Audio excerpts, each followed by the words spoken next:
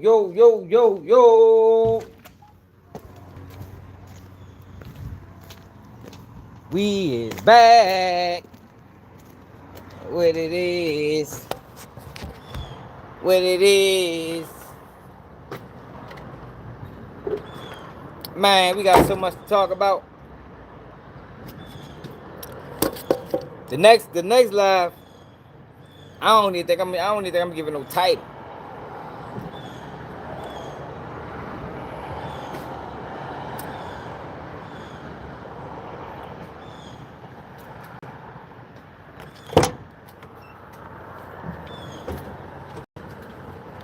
I just wrote my house. Text, do you miss me? Hit the like button, man. Hold up, man. I gotta bump something real quick. The fuck?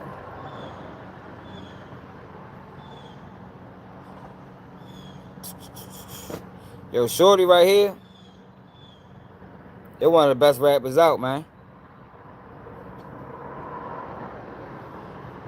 Yeah, but they might have fucked themselves over though on the appeals process.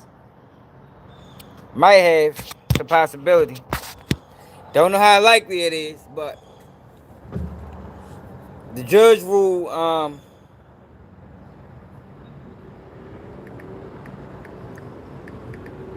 that they had reason to strike him. Hold on, I gotta bump this shit real quick. Yeah, I think so too. I'm gonna get to it. Gotta bump this. This gotta fuck with Shorty, man. Do you miss me? Do you miss me? Bitch, I know you miss me. You don't miss me. Man. Fuck. I just sent my ex a text like, do you miss me? Bitch ain't text back, but making snaps. The bitch me. I cut off my favorite freak. Got out of line, the bitch kissed me. Told the odds so y'all can rap. Just don't diss me. Nigga shot at me and missed me. Worst thing he coulda ever did. Once he get out that bunk, make sure I get his ass a better bed. Y'all don't come outside when they be snarling. You niggas never slid. We'll listen to the house, but they be rapping about shit. Them niggas never did. Bitch, you forever scared. I want your friend, cause she got better head. I told you I ain't fuck the bitch. Ain't tell you I ain't catch the lady. Lucky I ain't scratch her ass and I just caught the neck instead. She poured it out her mouth, so I just bust out my chest instead.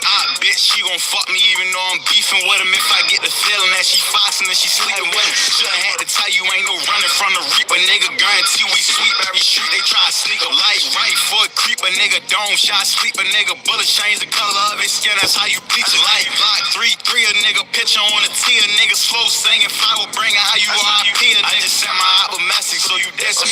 Been a while since I be down your block. I know you miss me. Had to let these rap niggas know we getting busy. Niggas shot at me and missed me. Terrorize the whole city. 50 on the glizzy, that's before we had to switch. You used to spin with all the choppers. Used to tell me I was picky. Used to beam on the blicky, point and aim at his kidney. If he run, he gon' get paralyzed. I hit him with the Ricky. Like boom, ain't no running from me. 30 shots coming from me. If you eat these bullets, only time you taking something from me. Niggas be so buddy, then go tell on one another. Snitches get white sheets, we putting undercovers. Oh, you missed me. So look, right? Let me tell y'all something, right?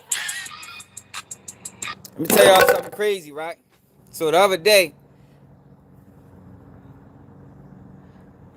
yeah, I am. So let me tell y'all something crazy. I'm gonna go live again when I get in the house. So I ain't wanna fuck the live up and like cover all the topics I wanna cover, cause I gotta drive home. So I'm really just fucking around on this live. But let me tell you what happened the other day, right? Don't y'all know how I always be talking about, you know, the stereotypes that they put on black people? How we you know, we too emotional, and y'all know all the stereotypes that I think that we need to fight against. And I'm gonna speak about that in this live. So the other day, right? We sitting in the office and shit. We sitting in the office at work. Dude comes in. Dude walk through the door. We sitting like right here for real. He pull up on a Harley Davidson. So I'm standing like right here. You'll pull up on a Harley, jump out. Like, yeah, who's the manager? The manager's sitting like right here for real. He like, yo, who the manager? We clear, right? So dude like, yeah, I'm the manager. He like, well, I'm just gonna assume you is. He like, yeah, One of your fucking drivers almost hit me. So we like, oh, what you talking about? He like, yeah, I was coming down the street and he was turning and he almost hit me up my fucking bike.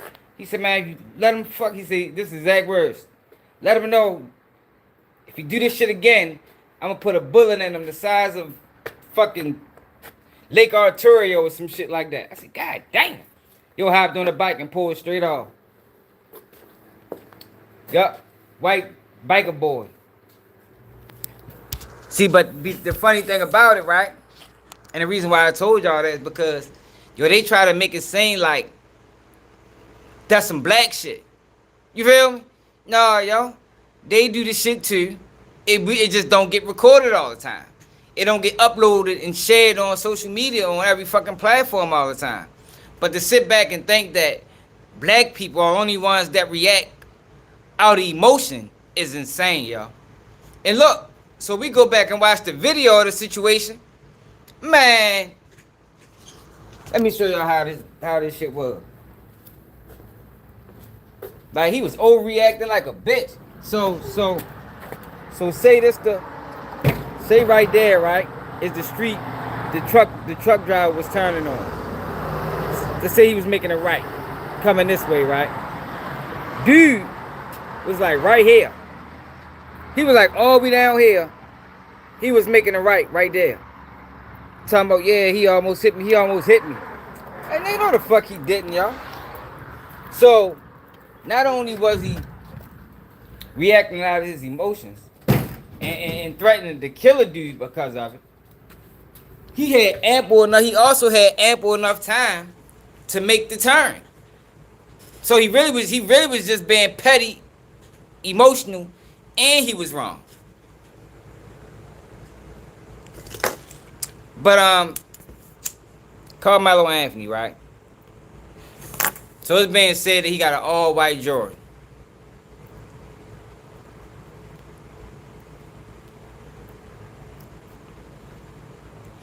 I don't think it matters. Yo, based off of what I just seen with Cyrus and Rick Child, that case, it don't even matter, y'all.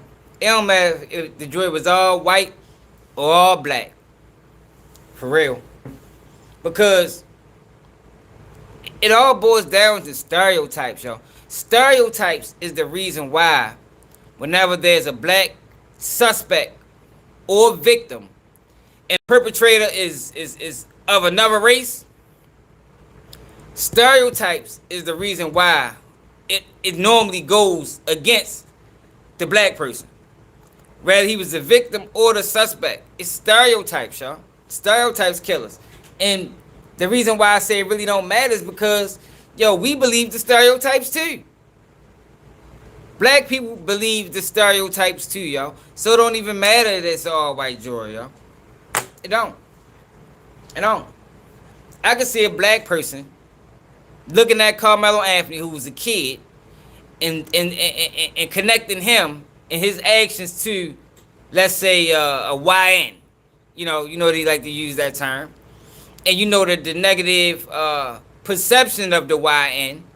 I could see black people on that jury viewing him like how they view a lot of these young boys out here, yo, and saying that, oh yeah, it was intentional. He did it intentional. Because that's what these young niggas do. And in reality, I don't think he, for one, first degree murder is crazy. The fact that he's even on trial for first degree murder is insane, y'all. First degree murder? Now, more than likely, and what they didn't do in the Cyrus Belton case, they're gonna add lesser included because this is what they do to black people. And we don't make a fuss about it or nothing. Like, I'm not really interested in if Karmelo Anthony get found guilty, right? Hopefully he don't, cause I think the weight disparity and the height disparity between those two was enough for him to be reasonably scared of his life. You talking about fuck the kid name is. Shorty was 6'1", 200 and something pounds. Carmelo Anthony, 5'8", 5'9", like 180. Way smaller than this dude. Way smaller.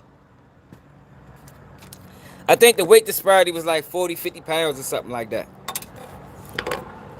So, in a physical confrontation, he is small. Shorty, if dude can really beat him real bad, y'all. And, it can be violent. And it can, I think it can reach the level of having to use, excessive force to end the assault. I think it can. Now, will it go that way? I don't know. But I'm not interested. I don't want to see no rioting, no looting. I don't even like the outrage. Because, the outrage that black people should be having right now is stereotypes, y'all.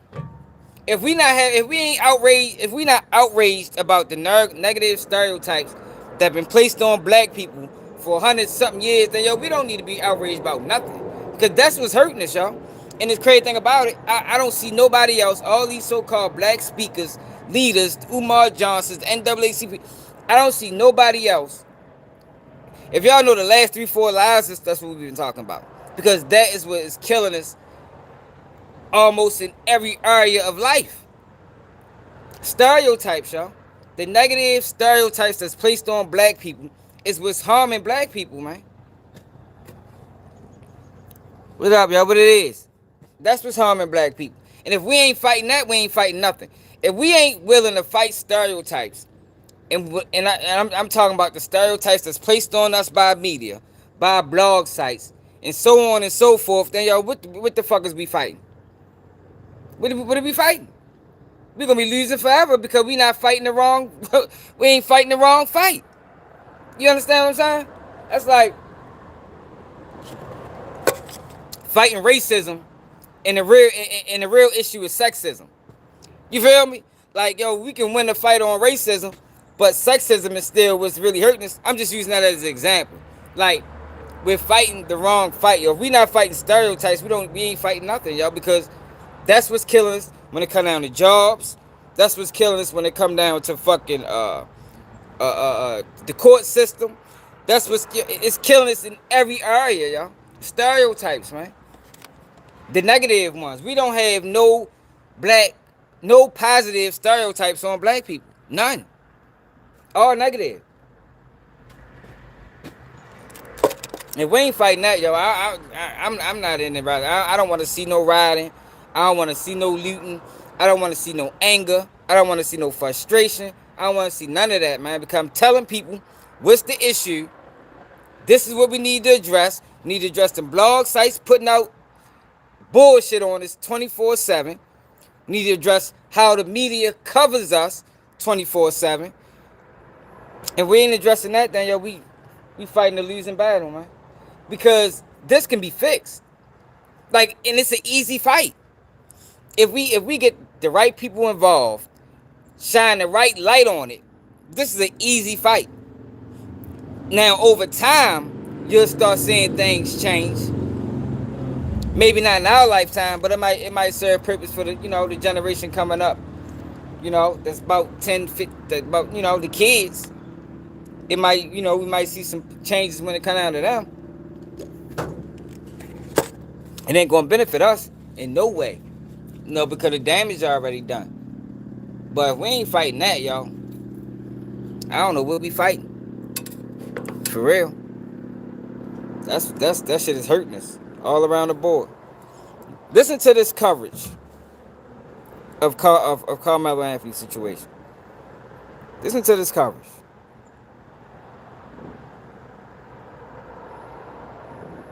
Bias is a motherfucker.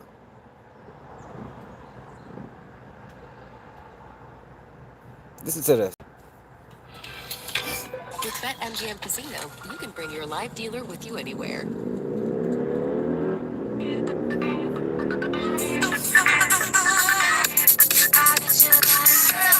Welcome back into live. live now from Fox, and we want to switch gears here and pivot to a It's not case that has really grabbed Let me make sure this the the right one. nation's escalates to a Listen to point, this.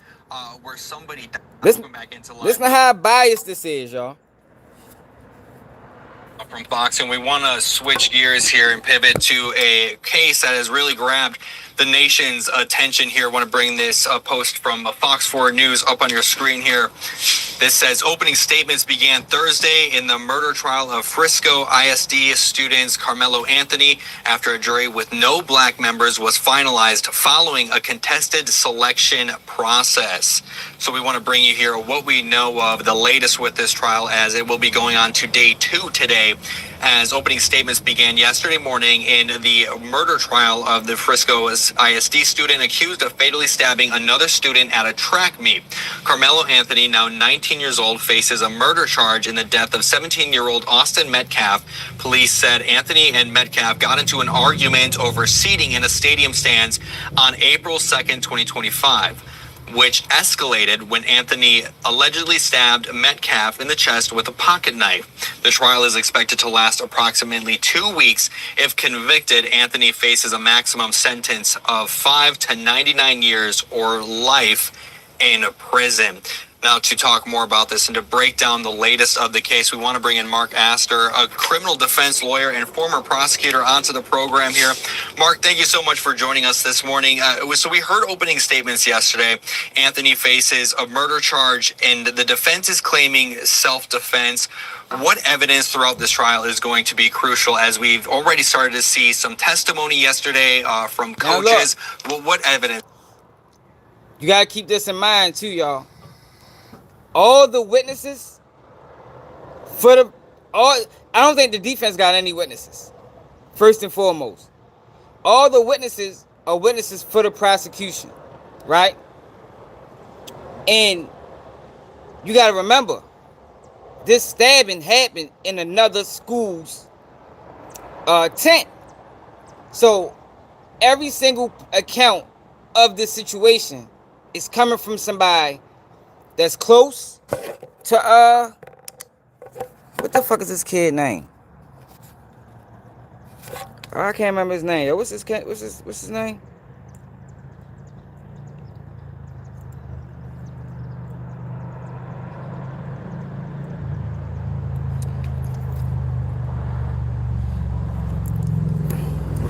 You said defense has witnesses?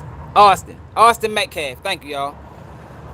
So, okay, well, majority of the witnesses is coming from the prosecution standpoint in Austin Metcalf's school. You got to remember, he was in the tent that he was in Austin Metcalf's school tent. So a lot of the witnesses in the accounts of the event is going to come from them, which automatically you got to question the validity of it. You got to think whether they knew Austin Metcalf or not. They got to go back to that school. This is a junior track meet. You understand what I'm saying? Or freshman, whatever it was, track meet. They got to go back to that school. So they can keep it real. You know, they can keep it real and say what really happened, or they can give you some, a detailed explanation, or explain the situation in a way that favors Austin Metcalf, just because they still got to bump shoulders with these people. They still got to go to school with these people. So you got to remember that throughout the whole trial. From coaches, well, what evidence here is going to be crucial for the jury members? Yeah, well, obviously, first and foremost, I think this is the only defense that, the defense has of self-defense. If you read the police report, it's right there in black and white. They're claiming self-defense. So obviously, the prosecutor is going to start bringing in eyewitnesses, people who saw this, people who saw the defendant flee from the scene. So we'll have some of the other students. We might have some of the teachers. We're certainly going to get the law enforcement officers who were on scene. Now, let me say this, right? I don't know how the state is going to prove that this was first-degree murder. Because y'all got to remember, first-degree murder means that it was intentional. It was thought out. I don't think this was thought out. Now, what they're ultimately going to end up doing is adding a whole bunch of lesser included, which we talked about lesser included. It only happens to black people for the most part. We do not see on a large scale when white defendants is going through this court system. We do not see when they get found guilty them add lesser included. Or when the case goes to the jury, they add lesser included offenses. We don't, for some reason, we don't see that. I think that would have helped Cyrus' case. What's the word? Immensely, if they would have added lesser included. Yeah, this wasn't premeditated, but that's how they trying to run. They trying to run the story like it was. Like he came to school with the knife that day. He intentionally. This is the prosecution theory. He intentionally started a conflict, knowing he had the knife, and I don't think he did that. This not no criminal. This is a young kid that felt his life was in danger. Because it's another thing that they're not saying. Yo, Austin Metcalf wasn't by himself. It was a group of kids that came up to him like that. But you're not going to find that out based off of how the media is covering it. And also, the people there are trying to get the black bloggers kicked out of the courtroom. Nick and Knight been going through that shit. I think that's her name. Salute to Shorty. She covering the case. Similar to what they was doing in Diddy trial, where people was trying to get people that was in support of Diddy removed. They doing the same thing in this situation. Trying to get the black people that's there for Karmelo, or there just to report the truth. They trying to get them kicked out of the courtroom. The police report indicates that at least one of them had contact with the defendant. Another one also found the alleged murder weapon. So those are the kinds of things that are going to be brought out. Obviously, if there's some surveillance video, that's going to be coming in too. So that's the state's case. Civilians, law enforcement, any surveillance videos, and probably maybe even somebody from the medical examiner's office to talk about the actual cause of death. And for a self-defense case, what needs to happen to be able to prove that for self-defense, especially when it escalates to a point where somebody died? Well, I think from the defense perspective, they're going to have to establish that the force that was used was reasonable under the circumstances. And they're going to have to say, look, our client faced potentially a deadly force. So listen to this, right? What was the weight disparity between Karmelo Anthony and Austin Metcalf?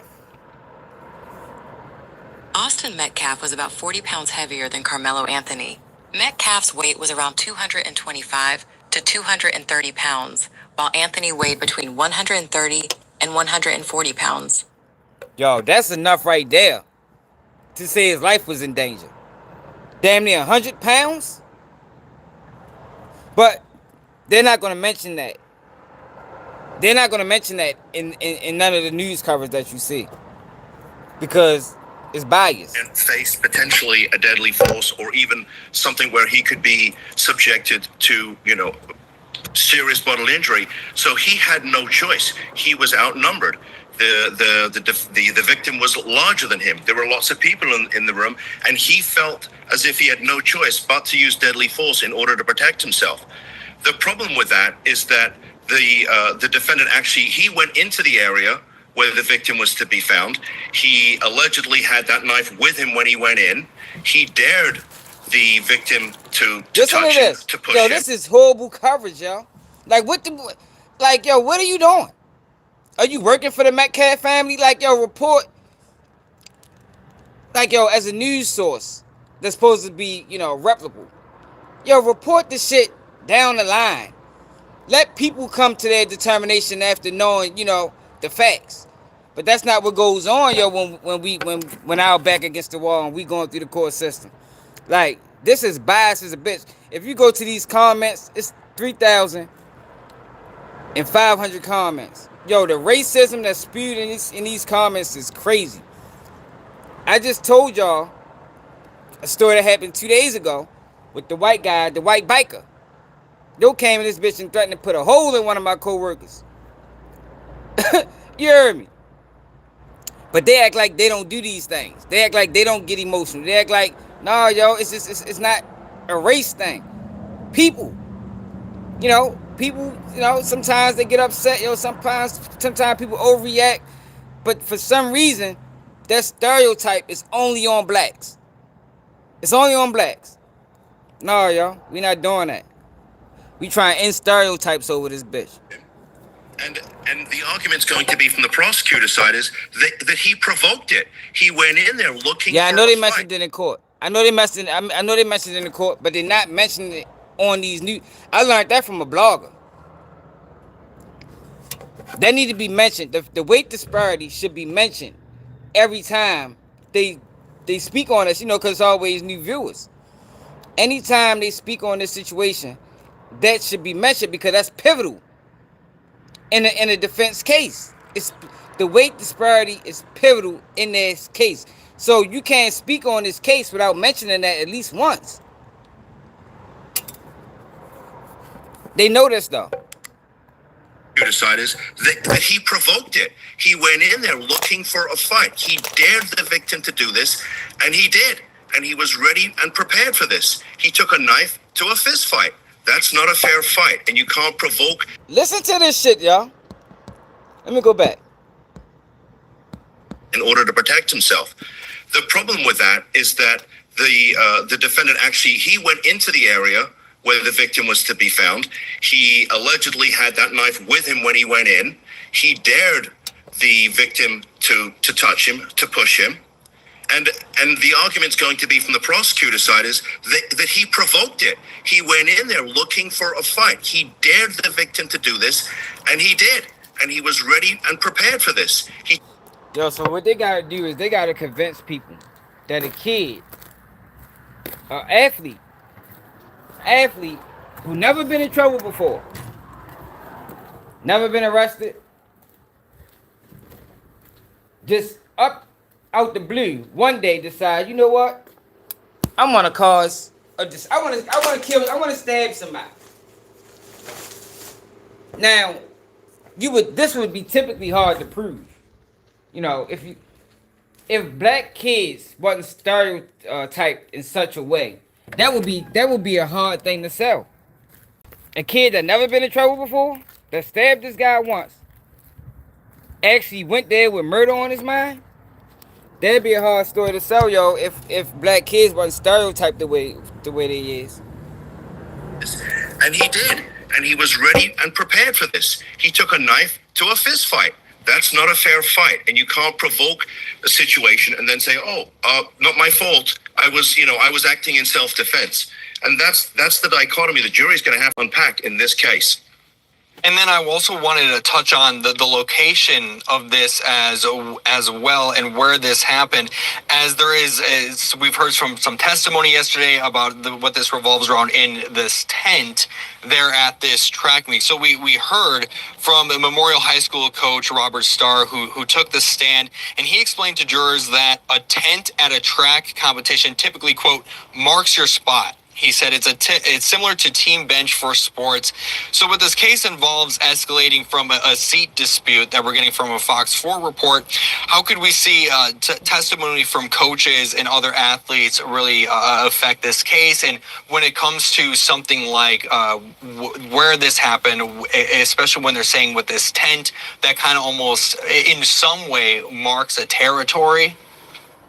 All right, you got to stop buying generic Viagra if y'all over 40. You can get 9 pills of 100 milligram generic Viagra for just $7 with free shipping from Friday Plan. If you think it's a scam like I did at first, peep this. No doc visits, no phone calls, nothing.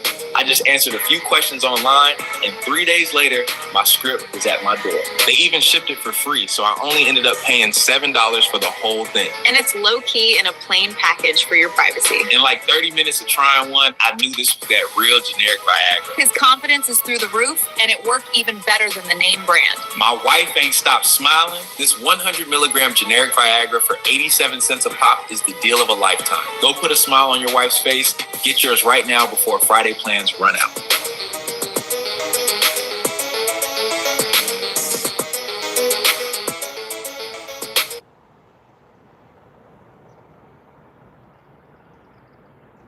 Now Now you choose which slots to use spins on. You can feel the heat of cash eruption, blow down the house with Huff and More Puff, then feel like a royal with Cleopatra and more. Play your way with Flex Spins exclusively on DraftKings Casino, the #1 casino app and the funnest fun you've ever fun. New casino players play $5 and get 1,000 total Flex Spins to use on your choice of slots. The crown is yours.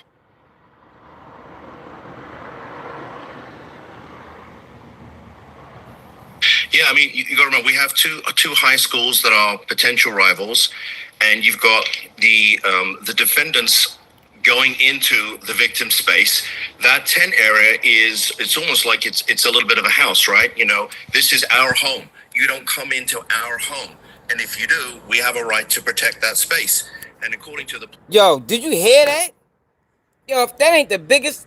Yo, did you hear what he just said? Joe said this is our home. Yo, he said the tent. Theoretically, you're right. Theoretically. Yo, but not by law. Yo, he equated Carmelo Anthony going into the tent that Austin Metcalf's team was in to Carmelo Anthony going into Austin Metcalf's house. What? Like, yo, is you fucking serious, yo? Like, yo, this is the shit. This is what they do, y'all. That's why you need independent media. Like, real independent media. Not the fake independent, like me. You know what I mean? Somebody that ain't got no affiliation or nothing. You heard me? It's just what it is. Listen to him again, yo, just in case you missed it. Listen to what he just said. Yo, listen to what he just said. two high schools that are potential. Saying with this tent, Listen to him. that kind of almost, in some way, marks a territory. Go back. Where this happened, especially when they're saying with this tent, that kind of almost, in some way, marks a territory. Yeah, I mean, you got to remember we have two high schools that are potential rivals, and you've got the defendants going into the victim space. Potential rivals. Do we know that for certain? And why is that important? Why is him saying they're potential rivals important? Do that need to be mentioned right now? As a reporter, I can see the prosecution running that narrative in court. But as a reporter, a journalist, or whatever you're doing, why are you mentioning that? So basically, since the schools is rivals, he's basically trying to say that Carmelo Anthony and Austin Metcalf were rivals too, even though they never met each other. Didn't know him, never heard of him, but these schools are rivals, so he's automatically his opposition. So that adds to the narrative of this being intentional. But he don't got no proof to none of that. He's just swaying public opinion.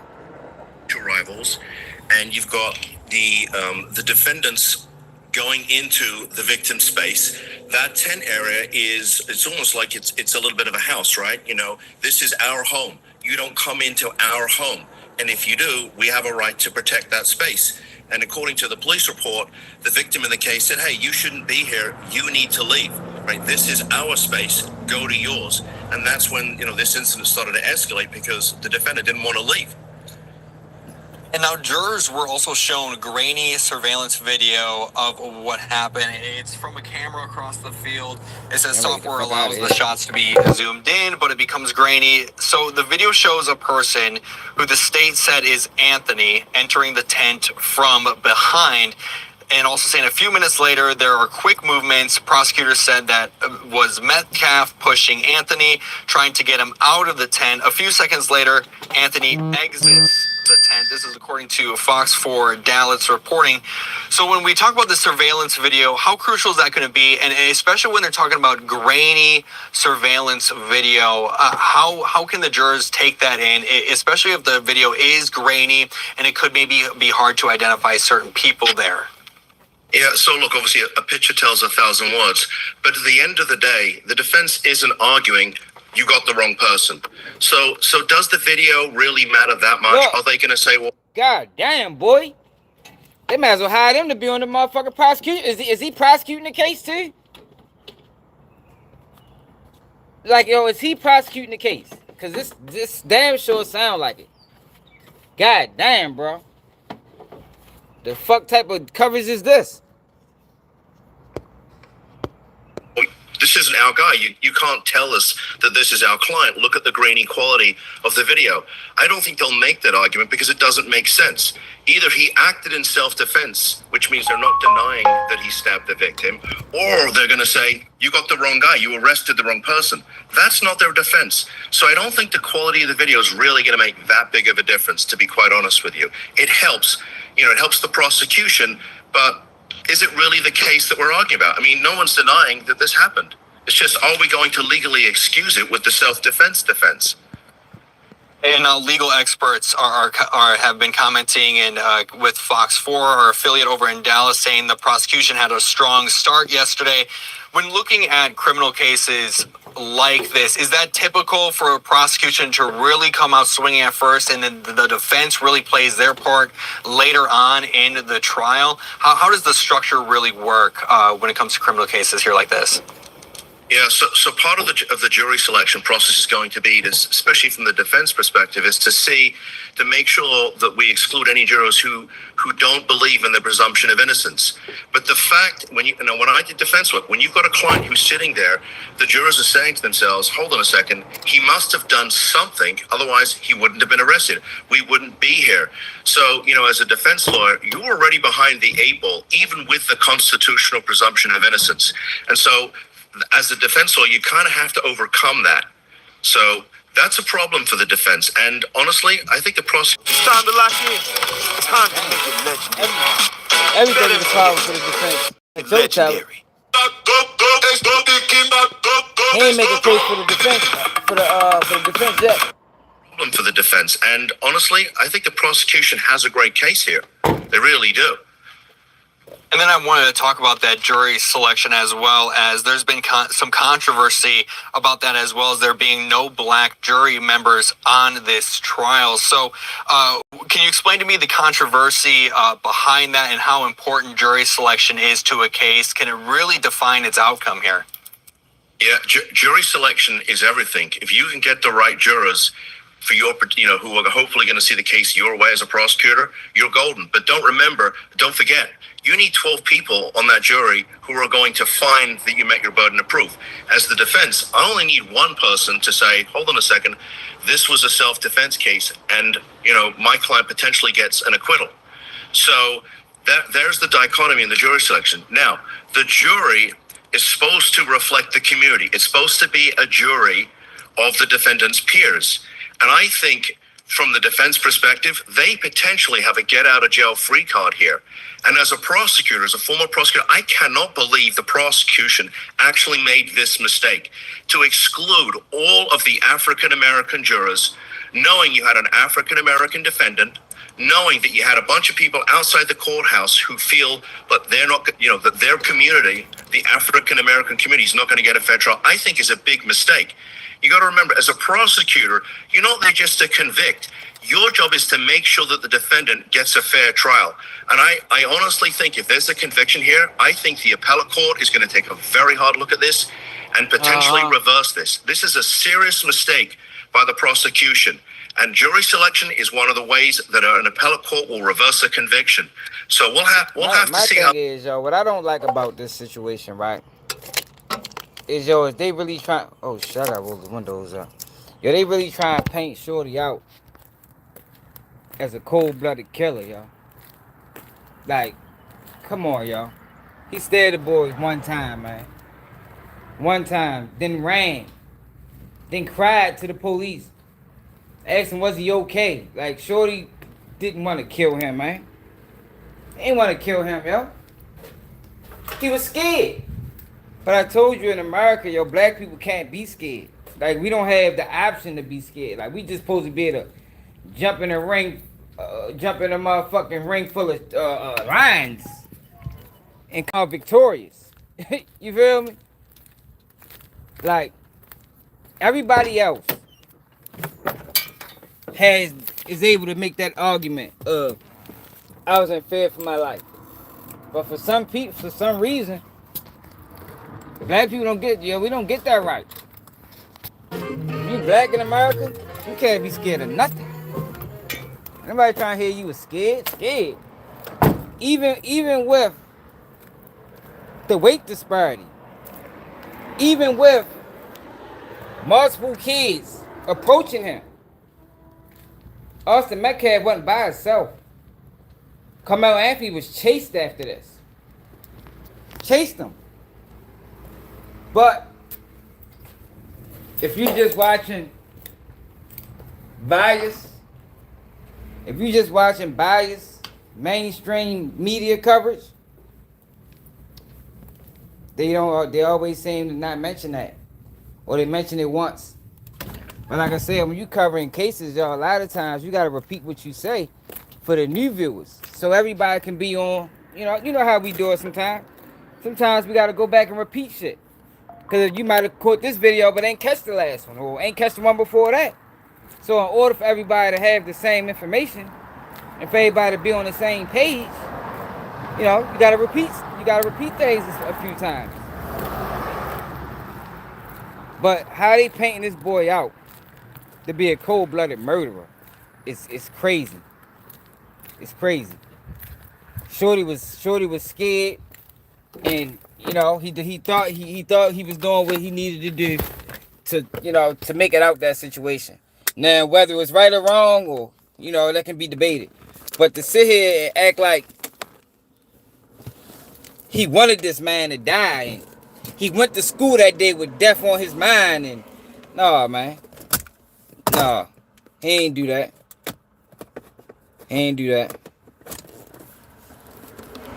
And these news sources is dead wrong for trying to paint Shorty out to be that way. Like I said, in any other situation, when you're dealing with a kid who never been in trouble, no history of violence, A student, it will be viewed how it's supposed to be viewed. But since he black and young, none of that matters. He's a criminal. But like I said, until we start fighting back stereotypes, hey. Cause that's the real problem. That's the real problem. Stereotypes. But we got a whole bunch of topics to cover. I'm gonna let him play. Then we're gonna listen to Nick at Night. Cause I told y'all they trying to get the black people removed from court. They trying to get the black people removed from court.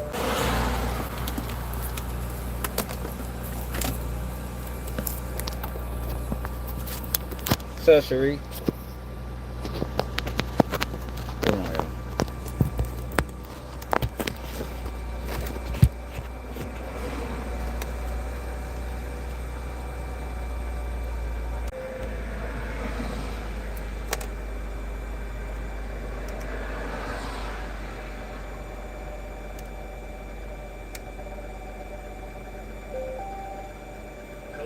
Reverse the conviction. So we'll have to see how this plays out. But if I was a prosecutor, I would never have done this. It's a mistake, and I think this is going to come back and haunt them. And now you actually... Well, you can't completely just blame the prosecution because the judge allowed it. The judge said they had every reason to strike those jurors. Because they was all educators. It was all teachers. So the few black jury members that even had the opportunity to judge this case happen to be all teachers. Like, what's the odds of that? The odds of that is very slim. All teachers. Which means that they can't be non-biased because this happened on school. It happened at a school. That's going to be their reason. And that's why the case wouldn't be overturned. It's going to be upheld off that basis, off that fact. Even with the all-white juror. This is going to come back and haunt them. And now you actually took the next question right from me. Yo, let me know, y'all, if we don't get clear, please. As soon as it happens, let me know. Don't be sitting back watching, yo, and we blurry as a bitch. For real. That's I hate when people do that. This is Texas. The white man is having the judge allowed it because these motherfuckers probably had to say, yeah, hell yeah. They know the fix is in. Like, just look at the coverage. The coverage is crazy. I need to shake myself up when I get in the house. The coverage is crazy, yo. The biasness in coverage. And I watch different news. I watch this one. I seen Long Crime Network. All the coverage I've seen on this situation is all biased. No defense for the defense. This is going to come back and haunt them. And that actually took the next question right from me. If we could see an appeal from this because he doesn't feel that he is represented by his peers. Yeah, I mean, how can he? I mean, he's an African-American young man in an African-American community, and he has no African-American... Yeah, but that's not how that works. It works by the demographics of the area. What is the demographics? What's the demographics in the area he was in? That's what it comes down to. That's what they mean by majority of your peers. They don't mean if you black, you gotta get black jurors. You know, you will hope to get black jurors, but if you're in a predominantly white town, you know, the jury has to reflect the town that you in. That's how that works.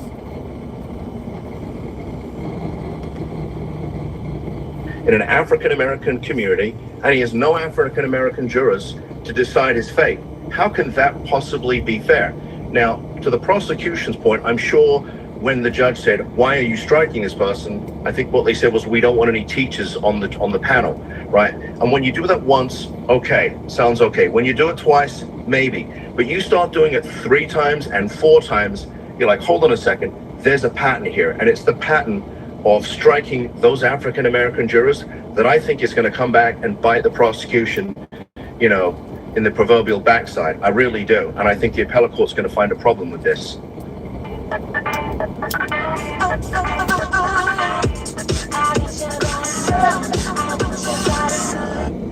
think the appellate court... Yo, this boy should not be defending himself against first-degree murder charges, man. That shit fucked up. Even if they ultimately add lesser included, he should have never had to stress about a first-degree murder charge. 5 to 99 years. Now, that shouldn't have been on the table. Shorty, y'all, because what he did didn't reach the first-degree murder. It wasn't premeditated. So why even have him, you know, stressed out over that?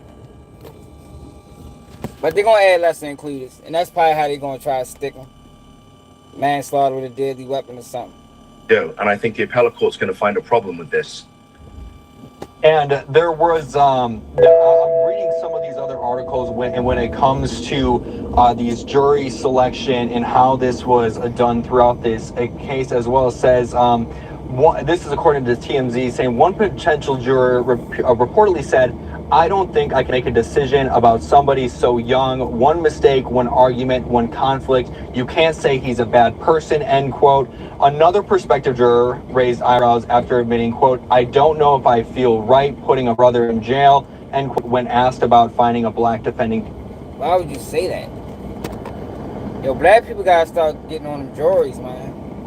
I think they created this narrative when it came down to black people that jury duty, you shouldn't want to get on jury duty.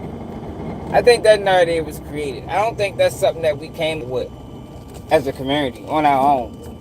I wonder when did jury duty get such a negative perception attached to it, or such a negative, you know, get viewed in such a negative light in the black community. I wonder if that happened. I wonder how that happened. You know, because that's how it is, yo. Like in our community, jury duty, fuck no. Yo, but we need to start embracing jury duty. Even though ultimately, like I said, I don't think it really matters as much as they want it to matter, because we believe the stereotypes of our own people as well, so it ain't no difference. Stereotypes is it's why they even say jury duty matters, or jury selection, or the jury makeup matters. Stereotypes. So, with all the negative stereotypes attached to black kids, and black people believe in them, does it really matter? The makeup of the jury? I mean, I guess, to a certain extent. But I don't think it's as much as people want to make the world believe, when it's convenient. Because we believe it. We believe all the negative shit. We believe these young boys are dangerous. We believe you can't trust them. We believe everything about young black kids that other races of people believe. Everything. So, now if you got a person on the jury that's black, that's, like me, like I'd have convicted child no matter what the evidence was. You feel me? Just off the strength of how our people get treated by this system. They'd have to bring in an alternate. If I was on a motherfucking jury and Rick Child's life was in my hands, even though what he did wasn't self-defense, it could have been self-defense if the case was different, and I'd have still said his ass was guilty. For real, they'd be like, man, this nigga, we got to move him. And I did a damn good job trying to convince everybody else's ass was guilty too. But how many other black people was like that? Most black people don't care about the community. Like, I don't know how they did it, but it was a time in like the 60s and the 50s, and, where that was a big thing, pride, black pride. Your race was over everything. Nowadays, shit, these motherfuckers don't care. All they care about is themselves.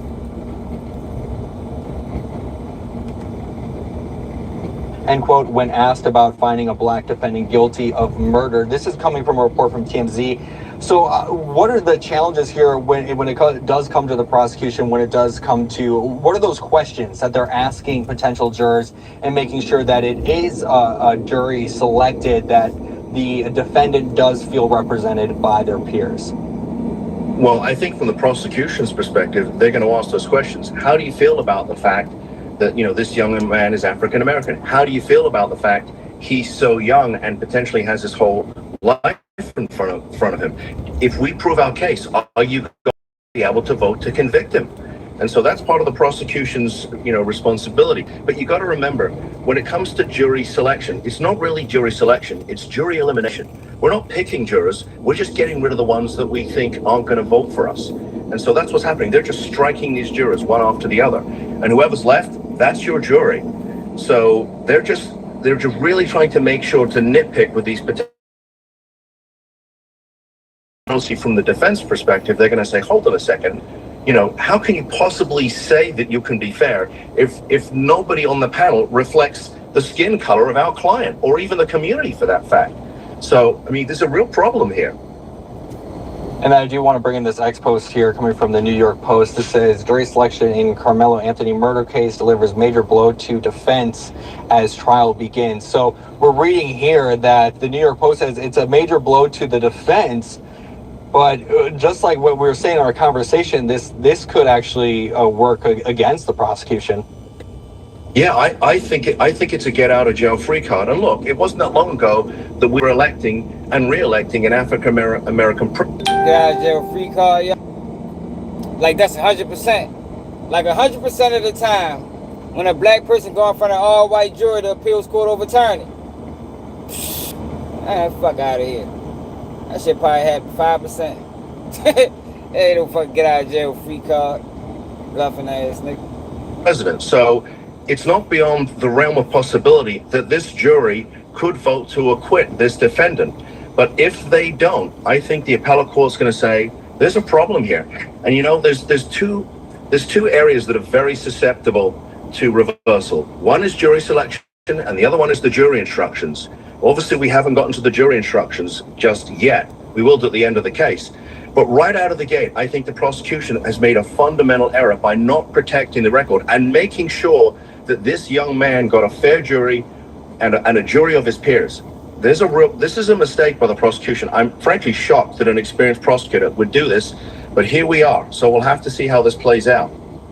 I'm 52 years old. Last month, I caught my wife crying in the bathroom because I couldn't get hard in bed. Damn. She wouldn't even look at me anymore. We're basically roommates. So we'll have what the fuck? YouTube just letting anybody buy a commercial slide on this bitch. That's fucked up, short. to see how this plays out. And then I wanted to bring in this next one here from the New York Post saying coach of Karmelo Anthony's teen victim sobs as he recalls chaos after fatal track meet stabbing. Also, yesterday we heard the 911 call as well. What are you going to be out on the lookout here for when we can expect to hear later on today as trial is set to begin here in just a few hours from now? Yeah, I'm sure, the prosecutor's going to start bringing in their witnesses. Typically, when I was prosecuting cases, I would bring in my law enforcement officers first, let them set the scene. We want to establish, what they saw when they first came on scene. We want the officer who came into contact with the defendant to talk about what he saw and what he heard. Because according to the police report, there were some admissions made by this defendant.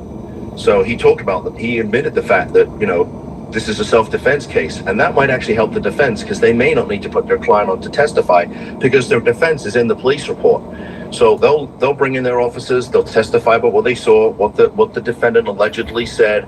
Obviously, we want to establish a chain of custody with the knife, and they're going to want to bring that in and show the jury because, I know when I prosecuted a case where there was a knife attack, one piece of evidence that was really important to my case. The jury saw that knife. They said, okay, we get it. All right, this is a murder. And it really brings it in. So they'll bring in the knife. There'll probably be a ton of crime scene photographs, because, jurors can use their imagination. But again, a photograph is worth 1,000 words. And you start laying out all those photographs, the blood scene, the chaos that was going on.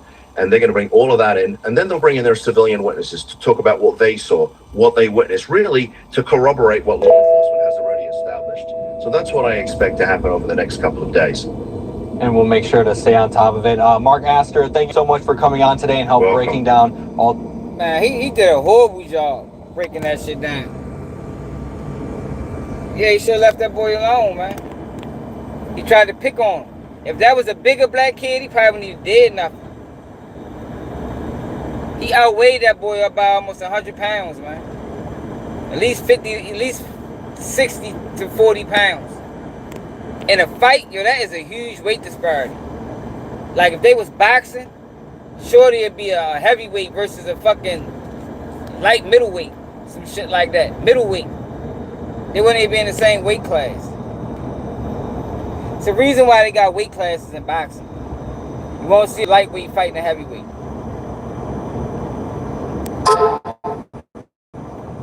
But I told y'all that they've been trying to get the black bloggers kicked out of court. So Nick at Night is one of the people that's been up there reporting on the trial. And the first day, look at what happened. Let me show y'all what happened to her the first day at court.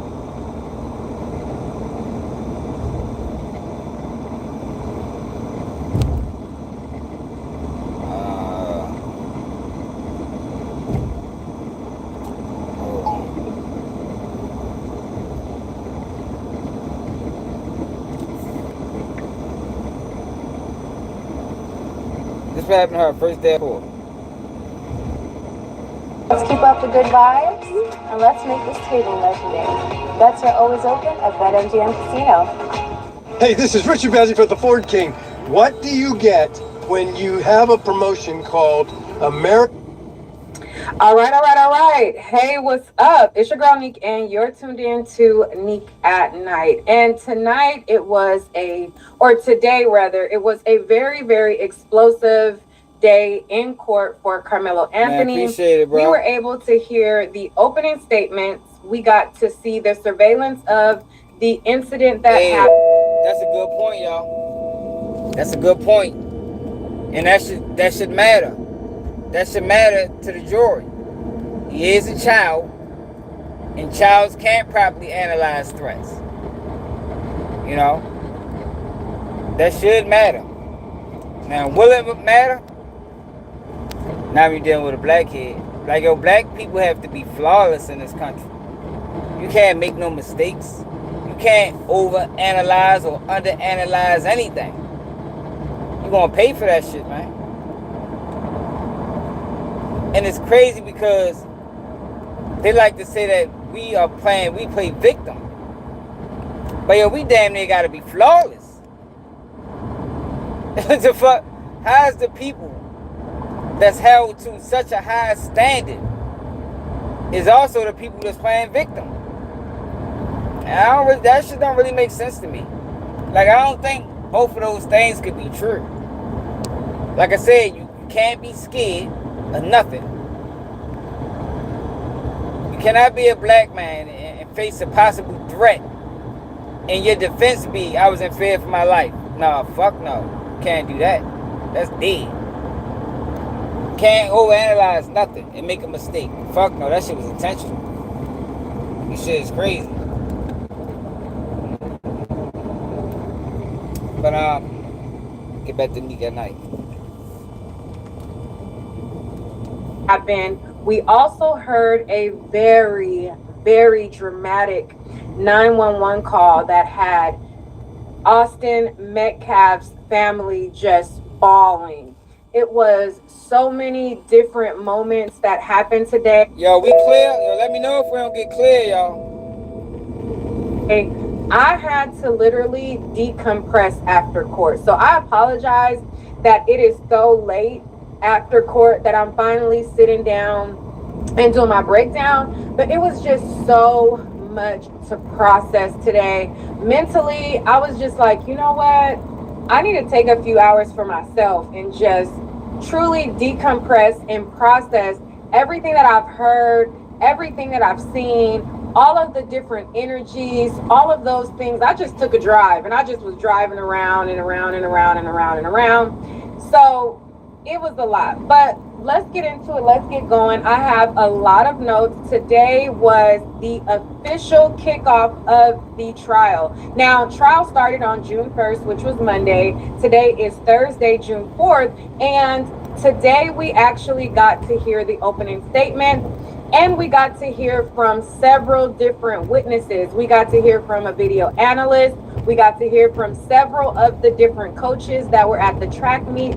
We also, as I stated, heard the dramatic 911 call where you can hear the life-saving measures that the people at the track meet were trying to do for Austin Metcalf. It was a lot going on, but first and foremost, we're going to start and bring it from the top. Now, as you guys know, or some of you guys may not know, in this trial, there is a very strict gag order, okay? There was a very strict gag order put in place, and the judge had put in this order and stated that anybody who comes to the courthouse, there will be a curfew. The curfew is to be at 11 p.m. to 6 a.m. in the morning. If you violate that 6 a.m. curfew, you will be banned and not allowed to attend the trial. So every single morning, I have been vigilant of following this curfew. Today was no different. So I'm expecting, because every time that I hear that, you know, like other people who arrive earlier than 6, I've been hearing that the sheriff's office has been turning them away and telling them they have to leave the parking lot until 6 a.m. And prior to today, people have not been able to enter into the parking lot before 6. So everybody has been trying to like follow the rules and stuff like that. This morning, I get off the freeway. It is 5:50, around a little barely past 5:50. And my uncle's following me, and I'm like, hey, you know, let's drive a couple of laps up and down the street so that we don't violate the court order, right? So we drive up the street, down the street, up the street, and then come back down. And by that time, it's time for us to enter into the parking lot. I'm like, it's 5:58, so hopefully they don't ban me for 2 minutes.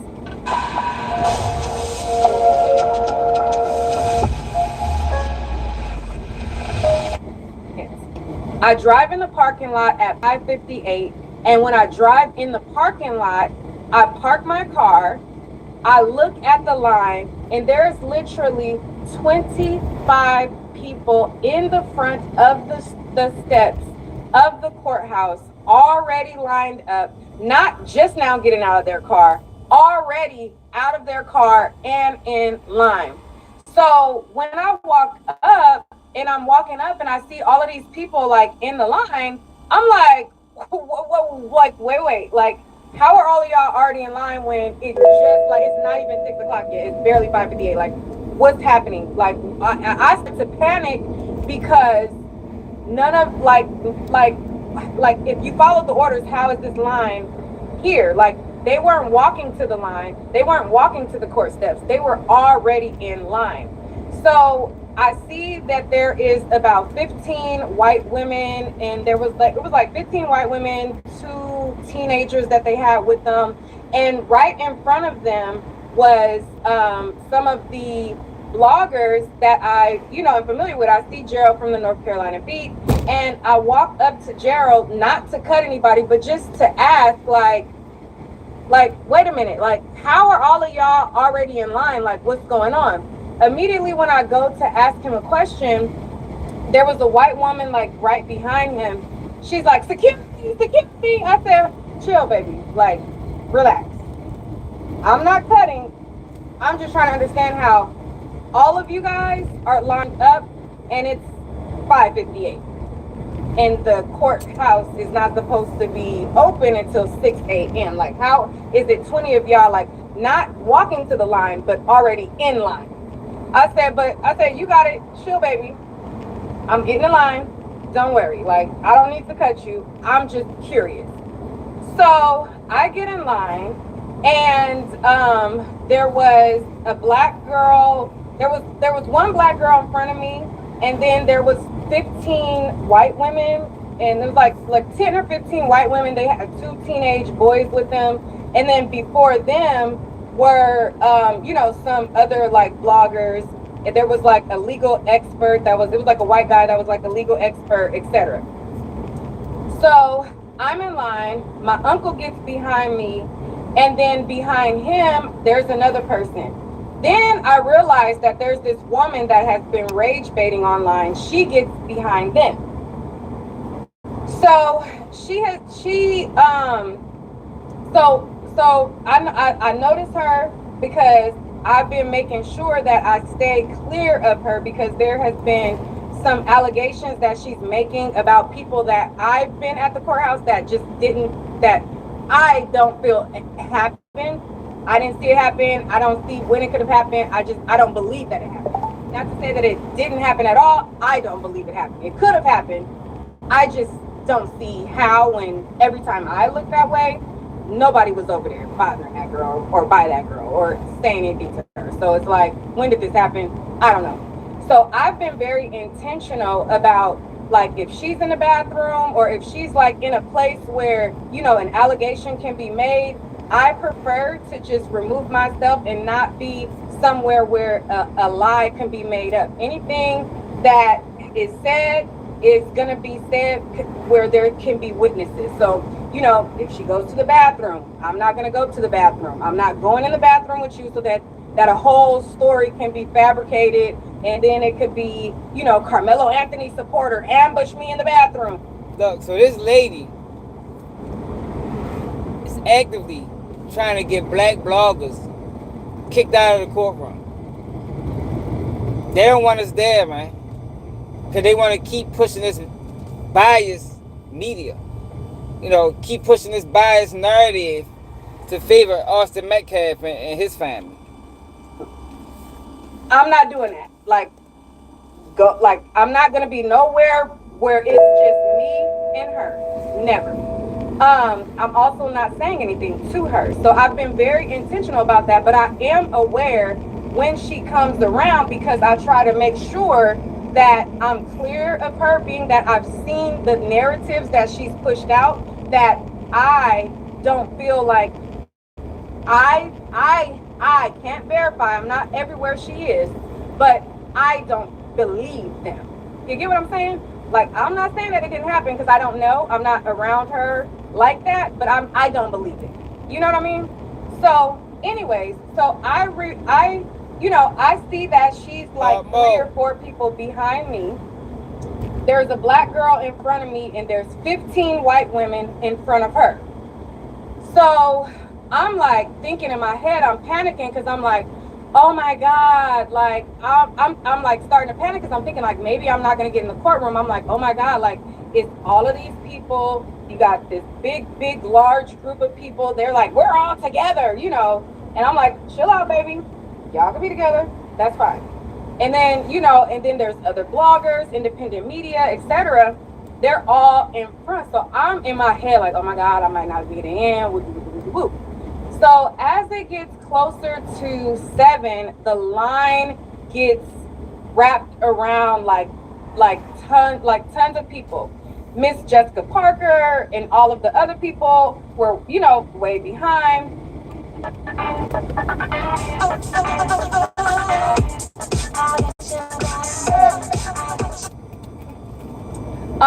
But she knows, and everybody in that line, the 15 white women, the other people, they all know that I arrived way before her. That's not even refute. That's like a, what is it, an irrefutable fact? Like, you can't refute that. Like, it's too many witnesses, and if any otherwise, they're a liar. You know what I mean? Which I don't put it past. Lies have been said, but hey, you know, it is what it is. Anyways, so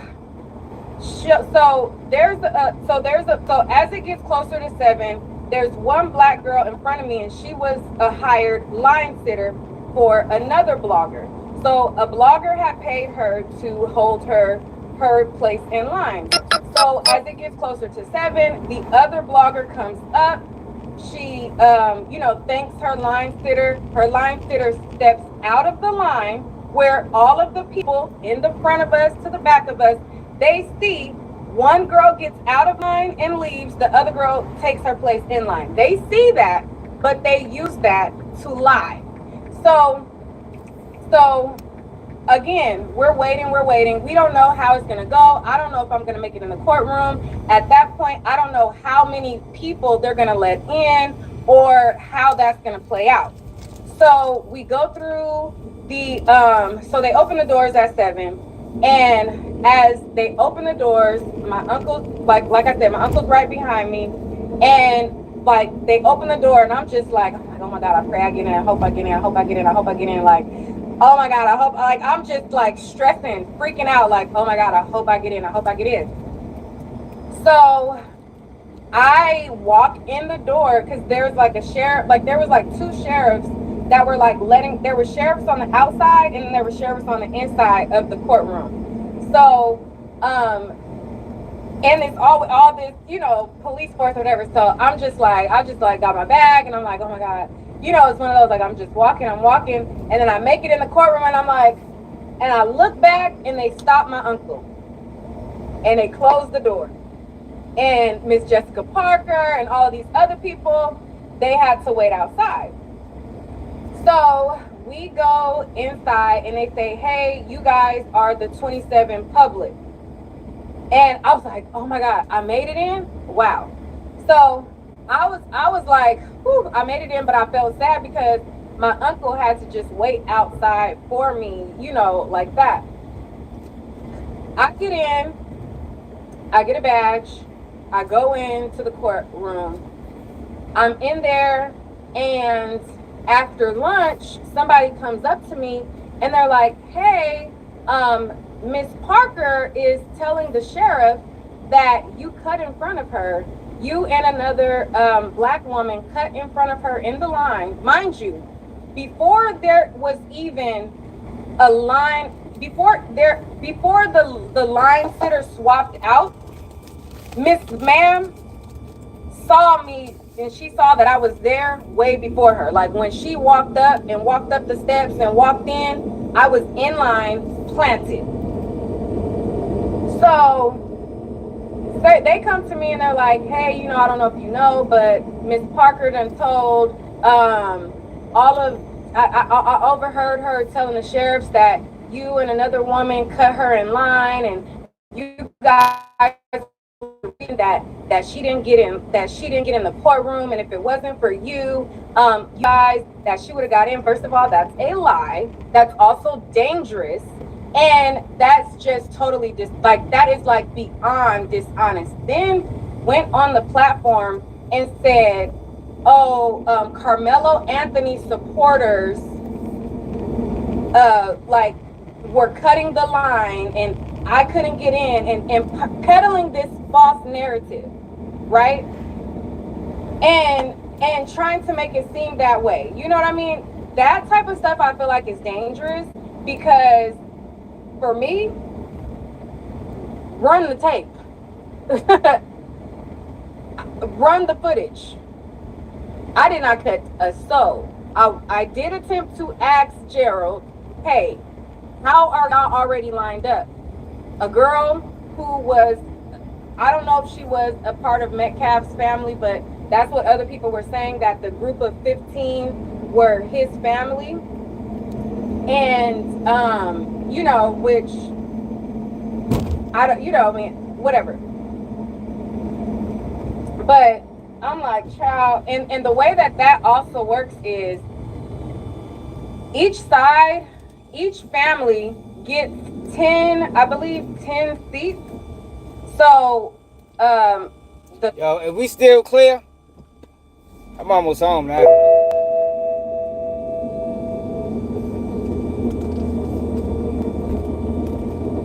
Yeah, so they try to get it kicked out, man.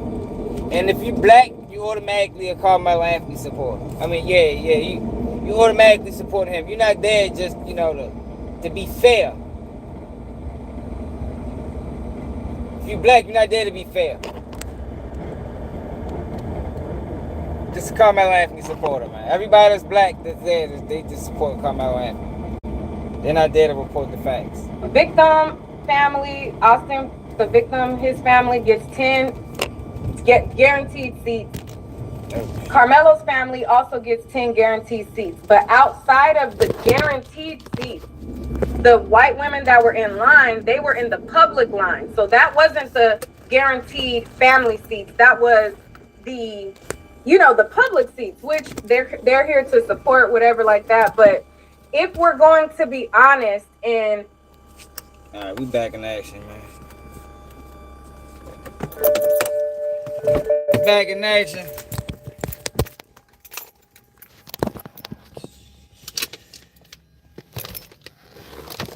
Oh, damn. Left ankle hurt like a bitch. And well, I almost got stung by a motherfucking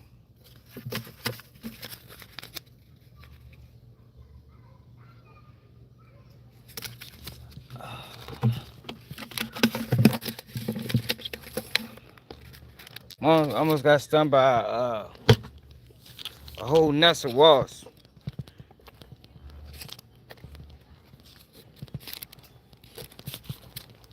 Earlier today, man. Look, so earlier today, we tell you what happened. I don't know why I did this. I was in my work truck, right? And I was sitting out front, and I kept saying a whole bunch of bees flying around this shit, right? So my dumb ass, instead of like, you know, pushing it down slowly, I pushed the bitch. Boom! Man, they get the flying all everywhere and shit. So look, I got this in my hand right here. I got this shit right here. I'm spraying them. They flying all around. I'm spraying the shit out of them. But I had to retreat. Started to be too many of them bitches. But I wanted to knock them down or get them bees, because my son be playing this shit. My son be playing on this shit, and I ain't want him to get stung. I might have killed him.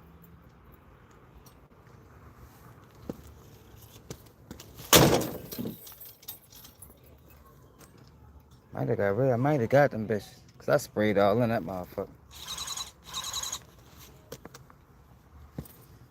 Yeah, but they tried to get me though. They was everywhere. I ran in the motherfucking truck. They was trying to follow me and shit. But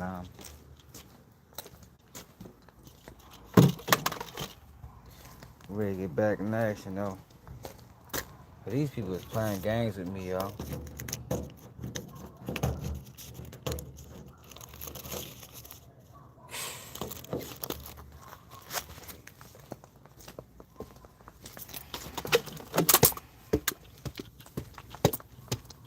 You gotta watch out, man. Hornets or wasps, I mean, man, they be putting nuts everywhere.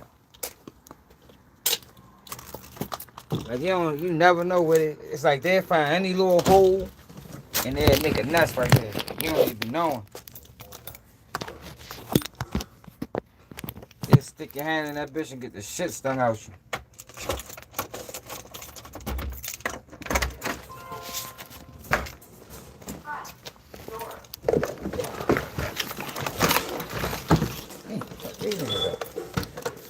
They ain't sleep.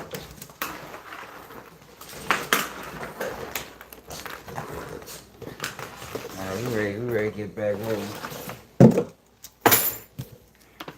Shugg! Alright.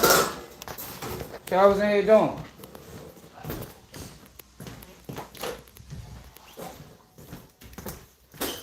Shugg? Yeah. What's up? Alright.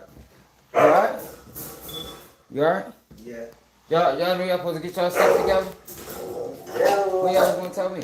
Why nobody tell me? Alright. What time?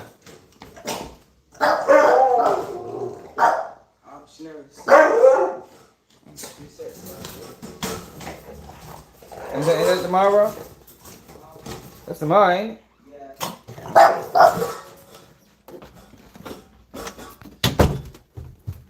Alright, y'all. Let's get to business.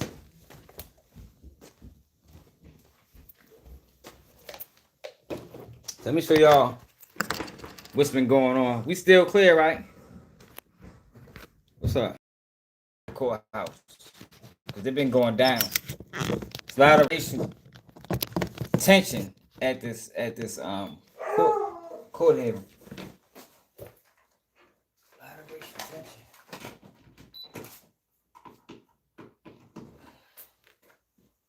Damn. Oh shit, hold on.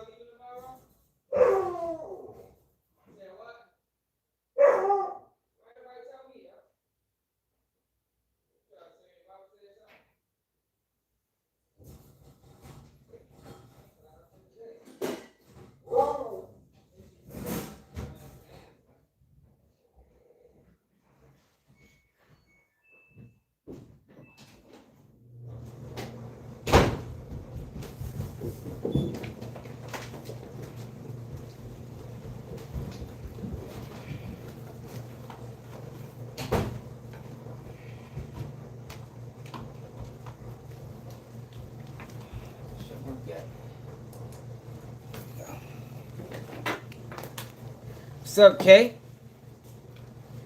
Came just in time, man. The show is just beginning. The show, we got hella topics to cover. We got about 11 o'clock. Time is it? Got about 11 o'clock. We got, man, there's so much. I ain't been live in 2 days. Y'all know I've been saying everything. We ain't really got time to cover Dirk's situation. You know, if you want my opinion on it real quick, I think that the government is scrambling and scraping. But I also think that a RICO is going to be hard to beat. A lot easier to prove and harder to beat. I think that it's fucked up that the government is allowed to just, you know, do what they want. You know, you can bring one case and then back away from that case and then bring another one. And I think that's fucked up. I think that shouldn't be law, but it don't matter what I think because it is law. And they are allowed to just do what they want. Like, Dirk case started off as murder for hire. Then it transitioned from that to death by stalking. Then it transitioned from that to a fucking RICO. Like, why not just charge him with the RICO in the beginning? You got the same evidence, but what they do is they say they got new evidence, and what new evidence would be is the plea deal in Chicago. That right there is enough. That's how I got booked. When I first got locked up, we had the dude running his mouth.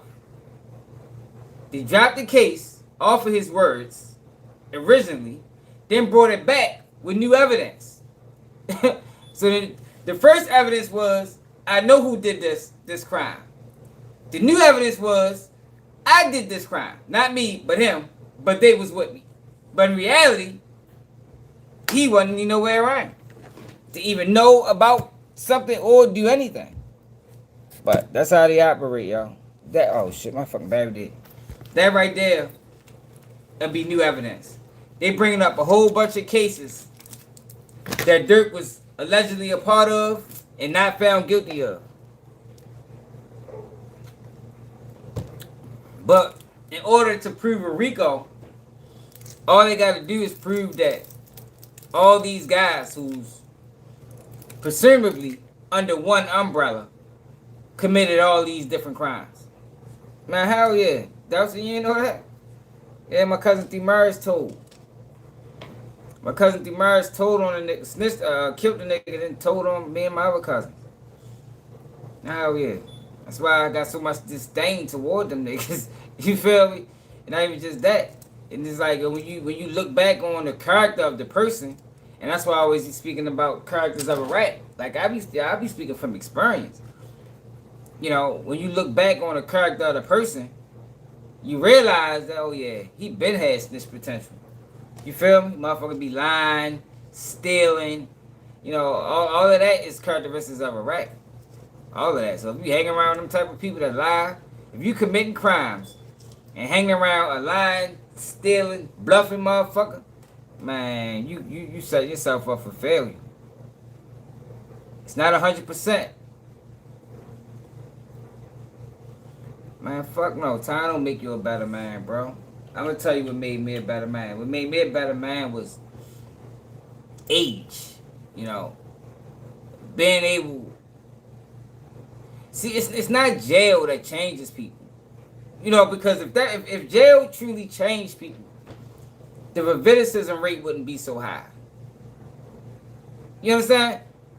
If jail changed people, the same people wouldn't be in and out of jail all the time. It's not jail that does it. It's, you gotta be ready. It's about education, yo. It's about maturity. It's about being able to, you know, evaluate. Just step back for a second. You know what I mean? Yeah, it's just about being able to step back for a second and evaluate your life in the direction your life is going. A lot of times you can't do that when you in a mix. You need that away time. Like I told you, yo, a person can make the same transition or the same changes just leaving their hometown. Something simple as that. Just getting away from your friends, leaving your hometown. You can make this, the person can make that same change doing that without ever going to jail, without ever going to prison. It's not prison that change. Yo, prison fucks you up mentally. You know what I mean? Motherfucker make you cough and squat and, you know, COs, that shit fucks you up mentally, yo. There's no benefit to going to prison. That's why I be pissed off when people like Charleston White be talking like, yo, you sitting there promoting prison. Prison ain't changing nobody, yo. Because if it did, like I said, people wouldn't continuously go back. The recidivism rate is high. If prison changed people, everybody would just do one bit. Nah, hell no, you got niggas on that third, fourth bit. You feel me? Niggas in this bitch getting 3 strikes and shit like that. Like, nah, yo, prison don't change a goddamn person, man. I never attribute me looking at life different to me going to prison. Even though coming out of prison, I started looking, but it wasn't prison. It wasn't prison. It was just being able to evaluate my life. You know, taking a step back, getting away from the madness, getting away from the nonsense.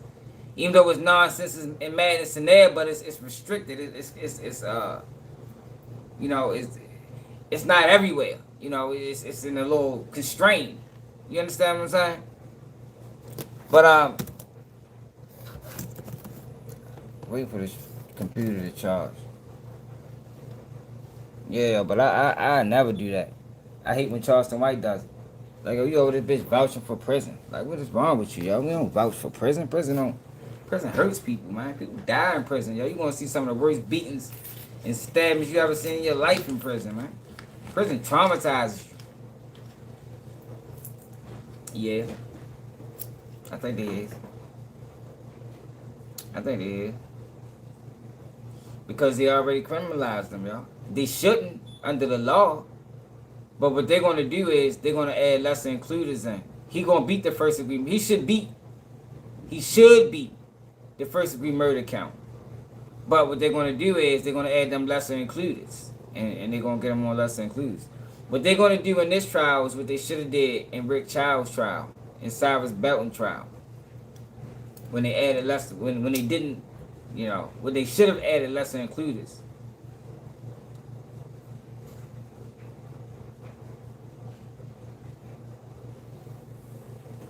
That's what the fuck they should have did. But like I said, we don't get. I'm ready to shake my fucking face off. Now, why should look bad? But yeah, we don't get them. You know, when a defendant is black or the suspect is black. I mean, the victim or the defendant is black. They make it. And the perpetrator or the victim is white or not black. They're gonna do everything they can for the perpetrator that's not white, that's not black, to beat this case or have the most favorable outcome. It's not even always about beating it, it's just about making the outcome favorable. They don't do that with us.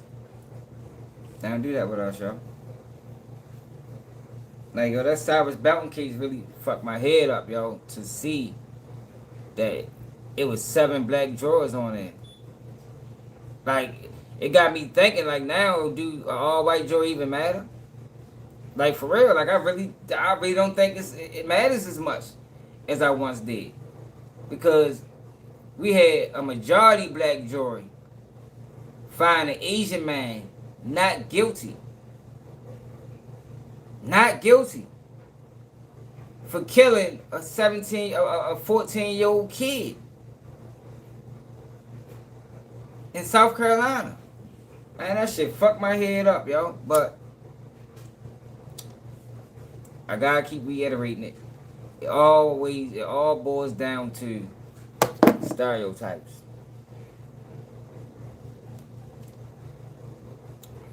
Like I said earlier, if we not fighting stereotypes, we ain't fighting nothing. That's the biggest issue that's plaguing the black community right now. It's like, oh, are we going to live under these stereotypes forever? Because stereotypes aren't necessarily true. You know, they might be true in a vacuum. But what happens, and I've been telling y'all for the longest, you know, with media and how they run narratives on people, they kill you in public opinion first. That's what they did to black people, especially black men. They killed our image in public opinion. They killed our image in public opinion, man. So once the image is already destroyed, then the court system ain't really got too much more to do. And they even destroyed our image in the minds of other black people. Now, how many times on here, y'all, for the people that be over here every day, how many times have y'all heard me flip out on our own people because a 16-year-old or 15-year-old will get locked up for murder and get life in prison? And it be black people at the black people in the comments saying, yes, that's what he deserved. Hopefully he learned his lesson. And I be like, yo, this is crazy. Yo, you do not see that on a large scale with other people. Like, we literally champions the system. We champions the system. The same system that we just watched let Rick Child get released. The same system that found him not guilty. We champion that system against our own people. Yeah, that's crazy to me. Now, You know, people gotta face consequences. Yo, but I can't. It ain't too many circumstances where a 14-year-old or 15-year-old get charged with murder and not be sitting back saying, "Yo, they did a good job." Nah, ain't too many circumstances, yo. I'd be on board with that. Now, 30 years, 25 years, even 40 years. All right, yo, but life without the possibility of parole for a 16-year-old, man, fuck no, man. No, yo, not that sick, not no, yo. But shit, they might be all black juries that be doing that. You feel me? Like, it should be crazy, yo. Mm-mm-mm.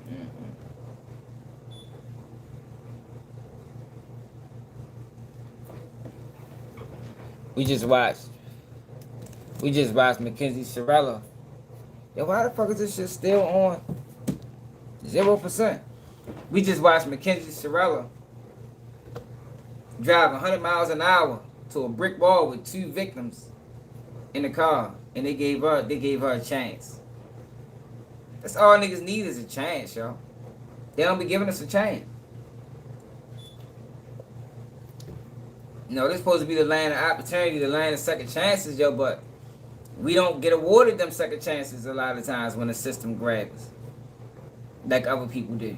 Like, they gave that girl 15 years to life. Yeah, she got life, but she only got a mandatory at 15. That means any time after that 15 years, she can get out.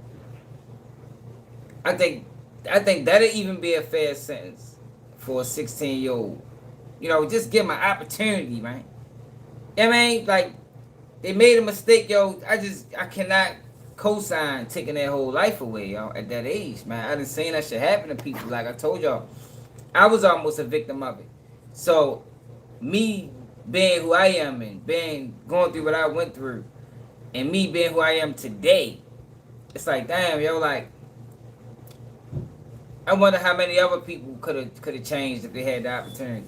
And don't get me wrong, like, when I mean change, I just mean you're not looking for violence, or you're not actively trying to harm people. Now, if something come your way, you gotta do what you gotta do, you gotta do what you gotta do. I think that's with anybody. But you're not out here terrorizing your own community. I think most of them kids, yo, that caught them life sentences at that young age, by the time they'd have been 30, 35, maybe even younger, they'd have grew up out that shit, yo. They'd realize, yo, that it's a better way of life. You know, it's a more simpler way of doing things. But we'll never know because the system got them, and they're gonna die there. Like, that shit crazy to me, man.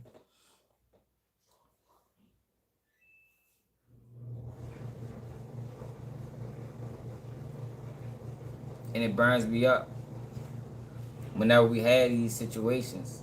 And I just see so many black people. Like, damn. That's why I'm on the side of, what you mean she ain't killed nobody? She did. She killed 2 people, bro. What are you talking about, Scott? What you mean, how she ain't killed nobody? She killed 2 people intentionally, bro. In one of the worst ways imaginable. I actually think they was asleep. Make it even worse. I don't even think they was woke, yo. It was 4 o'clock in the morning. I think they was asleep, man. They probably didn't even know they died. So it was 2, you know what I mean? They probably woke up dead. Ain't that what show that was? They probably woke up dead, man.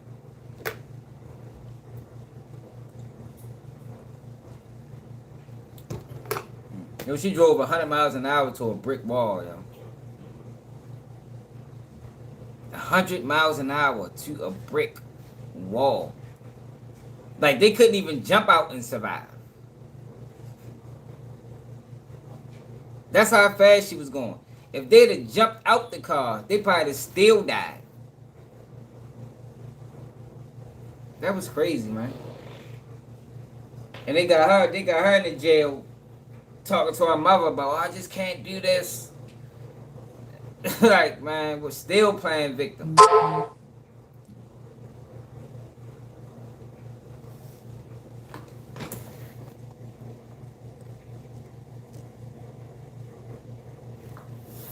still playing Victor.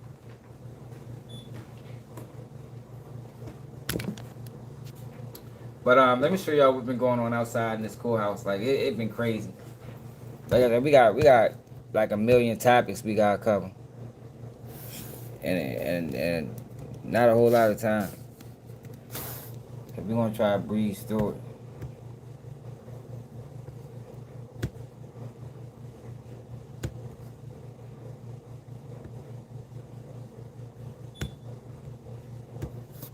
Yo, this bitch died again, yo.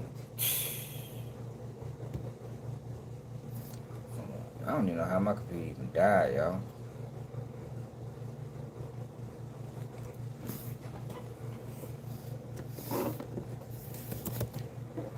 My fucking computer died. Yeah, hell yeah, yo. She called 15 years, man. She probably get out in 20.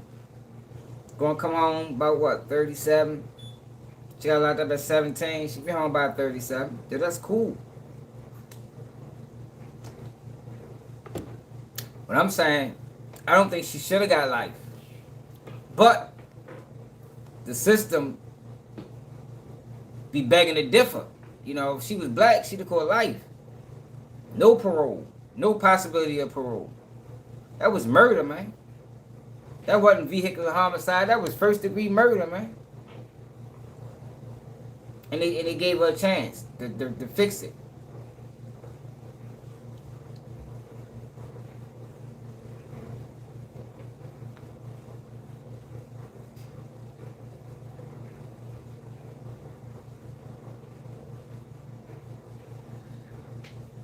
Of course they is. Of course they leaving out facts. They leaving out all facts that can possibly, you know, shed light on the situation. Like I haven't watched any news on Karmelo Anthony's situation that has been remotely fair. Yo, come on, y'all. This shit be taking long as a bitch to get the 1%. I haven't watched any news that been fair. Like all the news I've been watching on that shit been heavily biased. Put my other phone. I'm ready to put my other phone. This shit taking too long.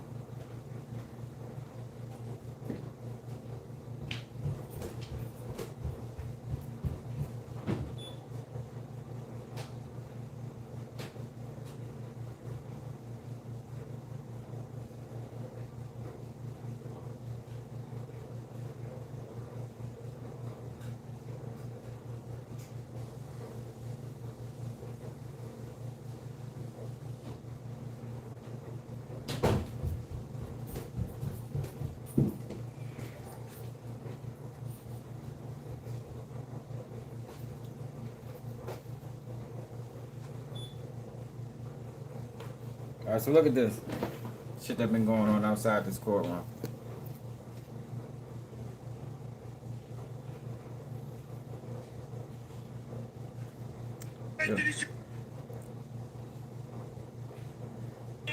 Yeah, I be thinking these guys are like federal agents, CIA or something. He should be swinging from a tree outside this courthouse. Karmelo Anthony should be hanging from a tree. Reestablish race relations in this country. Yo, he said he should be hanging from a tree, yo. Like, how is it that they even allowed to even say shit like that? Like, hanging from a tree, yo.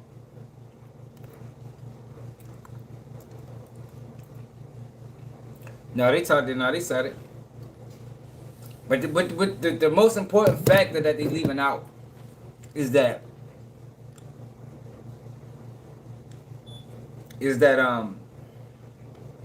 Austin Metcalf outweighed him by damn near 100 pounds.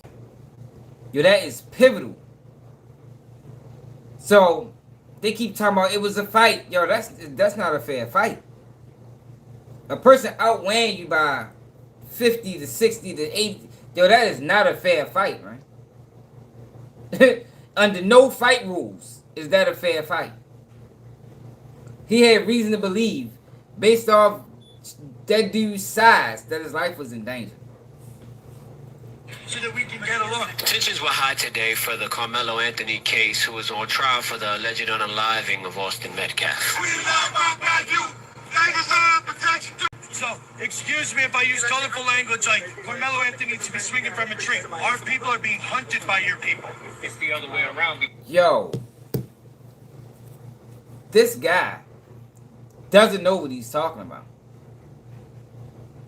But this is what a lot of them believe.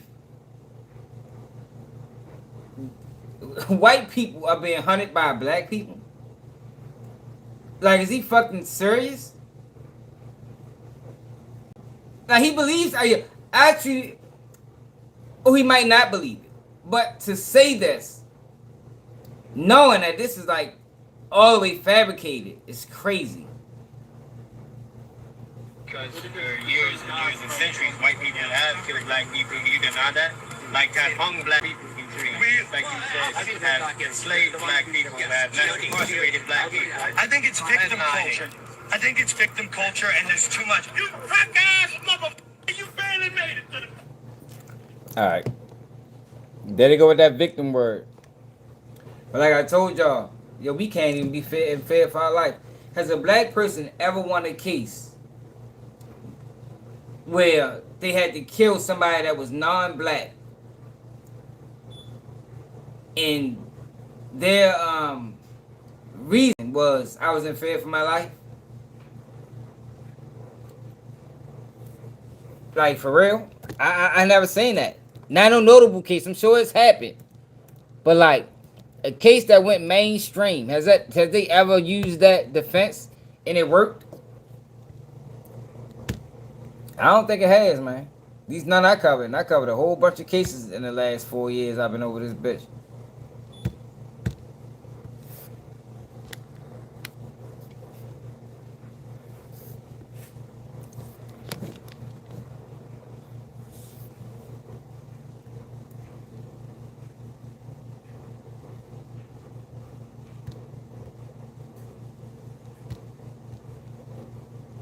I'll check that out when I get a chance.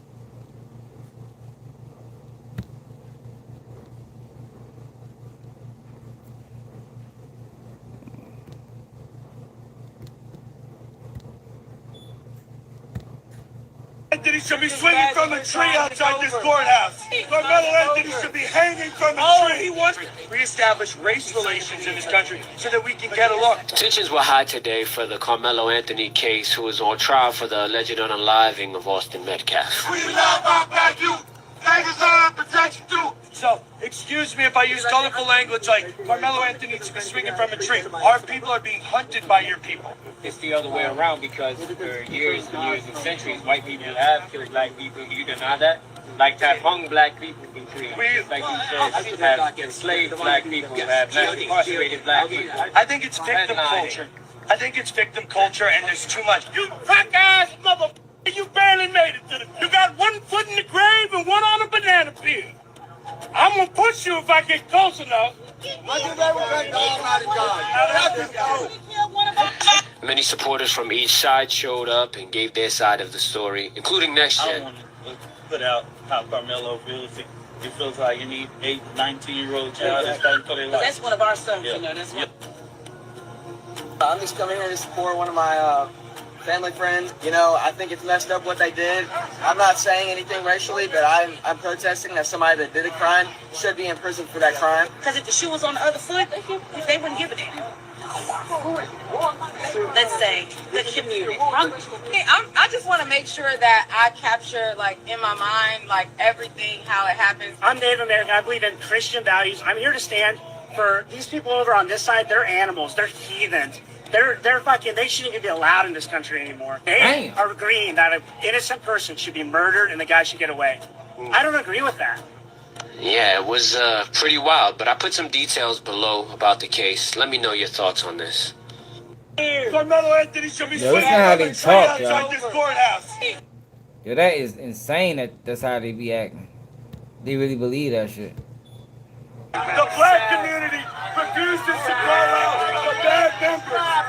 You need to call out your murderous members of your community. You don't stand on shit. Whatever you talk about, the motherfucking lie. And And you motherfucking know it. I don't give a fuck. Whatever you talk about the motherfucking line. And you know it. Fuck you. Look, chimping out. Like, yo, they just expect, like, yo, this is crazy. But I just told y'all 2 days ago, the white guy barged into the office at work and threatened to put a hole in the driver because he cut him off. And he didn't actually even cut him off. But he chimping out. The black guy is chimping out because he's being racist. Unbelievable. Now, man, on a low impulse control, this is the reason why all this is because this is a response. So more white people can this is a response they teach their young people to have. This is a response that the mothers, the black mothers in this community does not teach young people to respect personal boundaries. It does not teach people to talk with respect. And that's why Austin Metcalf said, because of your failure as black parents. Failure as black parents. I watched a white boy, a white kid, tell his mother I hate him the other day in my tow truck. Shorty said, I hate you, mommy. I said, oh shit. I ain't never told my mother no shit like that. Like he said it, like he says that to her often. It's crazy. But black mothers don't teach their kids. Okay. You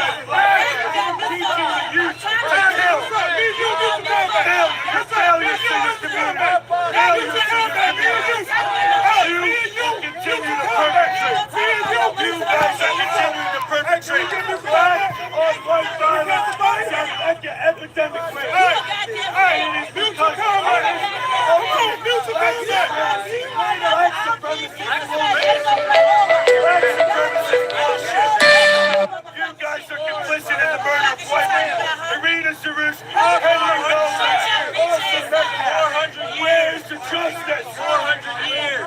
Where's the justice? Karmelo Anthony should be swinging from a tree outside this courthouse. Karmelo Anthony should be hanging from a tree outside this courthouse. Oh, that's not surprising at all. Bring this man up out of these streets. He's a murderer. He's a murderer, racist.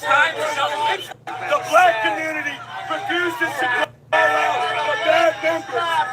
You need to call out your murderous members of your community. You don't stand no shit. Whatever you talk about the motherfucking line, and you motherfucking know it. I don't give a fuck. Whatever you talk about the motherfucking line, and you know it. Fuck you.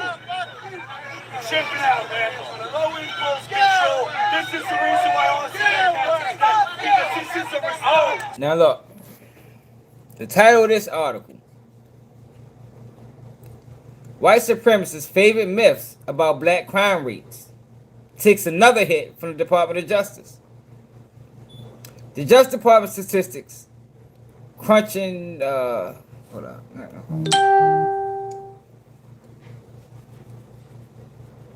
Couldn't fucking read that shit. I need to take the screen protector off. This shit fucked up. I need to get mute. Excuse me. The Department of Justice statistics crunching just blew up a whole stack of white supremacist myths about the nature of interracial crime and violence committed by minorities. In a report released Thursday titled Race and Hispanic Origin of Victims and Offenders, 2012 to 2015, the Department of Justice Bureau of Justice Statistics found that a majority of the most violent crimes are committed by people who are of the same race as their victims. Indeed, the rate of white-on-white violent crime, it found, is about 4 times the rate of black-on-white crime. White supremacists frequently like to manipulate crime statistics in order to claim that non-white minorities, particularly African Americans, are far more crime-prone and the source of most of the violent crime against whites. Indeed, it is a core belief that this is the case, and in many white nationalist ideologies, including politicians and pundits Patrick Buchanan and whoever the fuck the other guy is, and the Council of Conservative Citizens, All have made considerably hay out of proffering studies, laden with visibly bad statistics and other evidence to make their case. The study demonstrates plainly that this is simply not the case. Some 57% of crimes involving white victims were committed by white perpetrators, while only 15% were committed by blacks and 11% committed by Hispanics.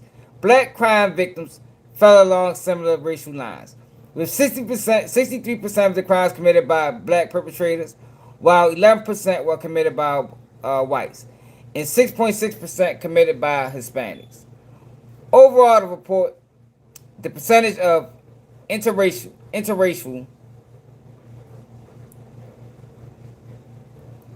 victimization was much higher than the percentage of interracial. Oh, hold up, that's not interracial. What's that word? The fuck is that word? Whatever it is. Except for robberies. Moreover, it explained the rate of white-on-white violent crime, 12 to 1,000, was about 4 times. God damn, what the fuck? Was about 4 times higher than black on white violent crime, 3.1 to 1,000. The rate of black on black crime, 16 per 1,000, was more than 5 times higher than white on black violent crime, 2.8. The Hispanic rate. So basically, y'all, this is not a huge problem. 3 out of 1,000 people killed, that's white. A black person did it. And it's about the same when the white versus black. 2.8%.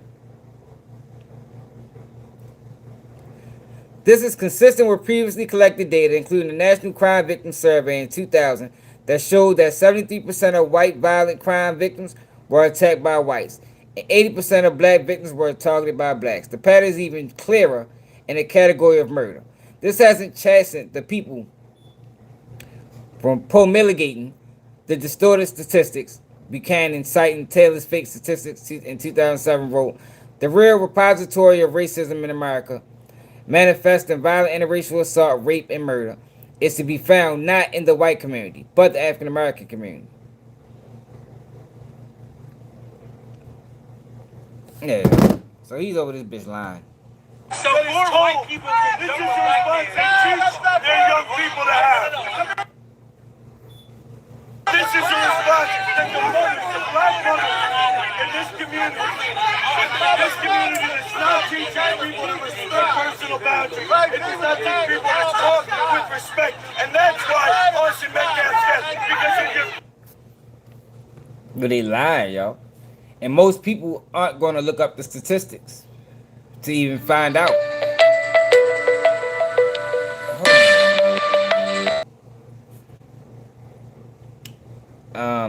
All right, let's move on from that, because it's hella shit that happened. So along those same lines, the mother of Cyrus Belton spoke out. Let's see if we can find that on. And I didn't even watch that yet to see what she even said.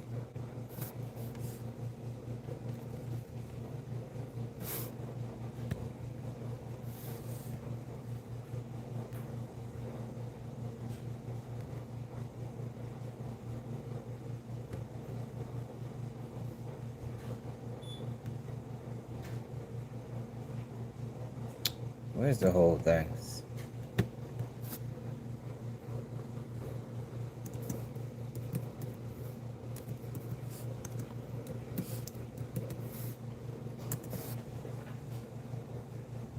Here we go.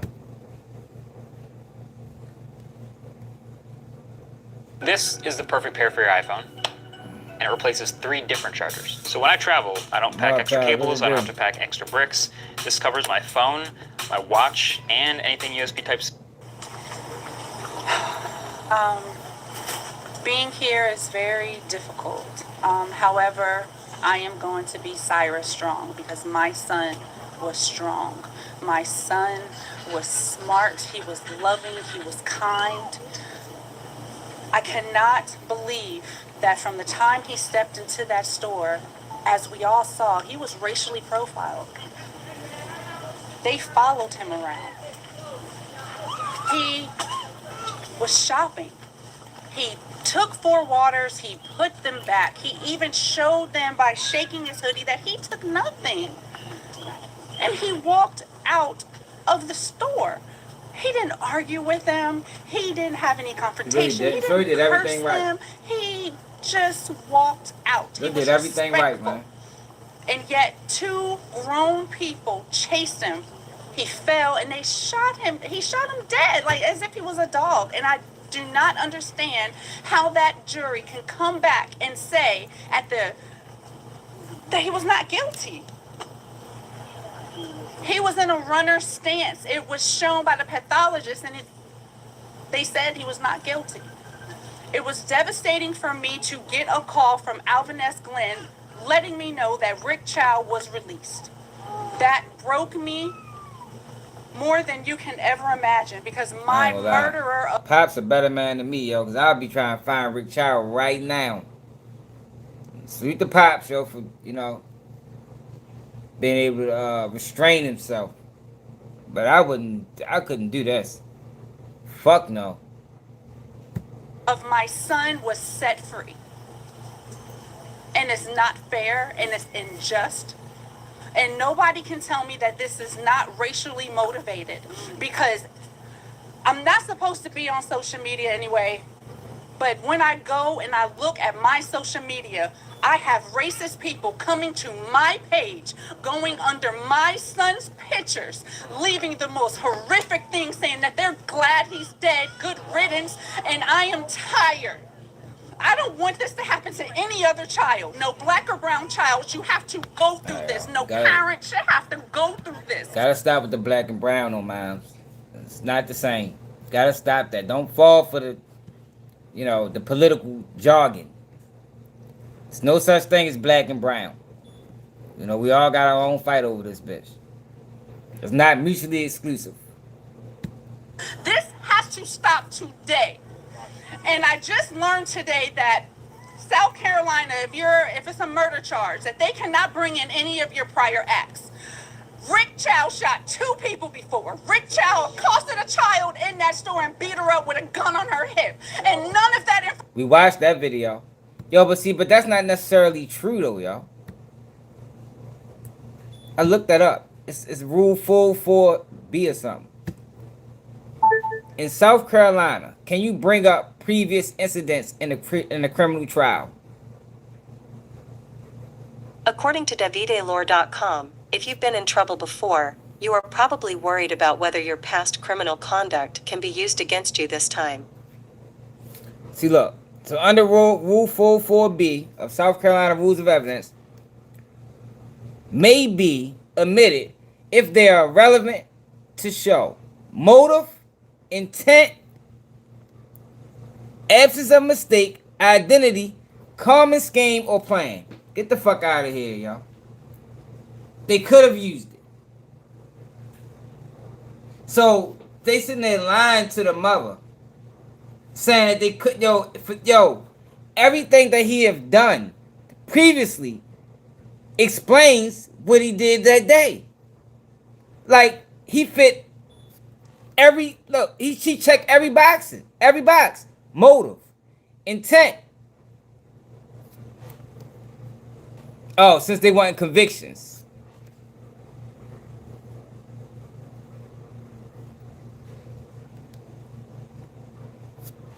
I guess since they wasn't convictions, they wasn't allowed to use it. Man, that's bogus. What's the racial makeup of South Carolina? According to StocktonCA.gov, Jason Lee is... What is the racial makeup of South Carolina? According to Wikipedia, from 1720 until 1920, African slaves and their descendants made up a majority of the state's population. Whites became a majority in the state after that date, following the migration of tens of thousands of blacks to northern industrial cities in the Great Migration. 64% white.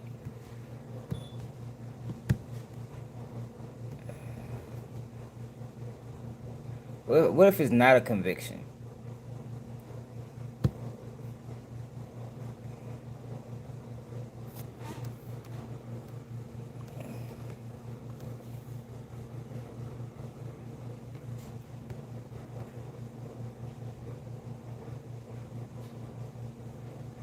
It said, according to South Carolina rules of evidence of your past or bad behavior are not admissible to prove your character or your behavior in conformity with that prior behavior. So, just because you may have been convicted of a petty theft 5 years ago does not mean you were guilty of a petty theft. Your past crimes cannot be directly admitted to prove you have a propensity to steal. However, the prosecutor can introduce your past conduct in order to show any of the following. We've included examples to help you understand how prosecutors may try to get your past conduct or crimes. Remember, once a jury hears it, there's a good chance they may conflate your guilt in the past crime with a higher likelihood of guilt in the present one. Motive. The general rule says that the state cannot present evidence of past crimes to prove a defendant committed the present one. However, let's say you are charged with assaulting someone.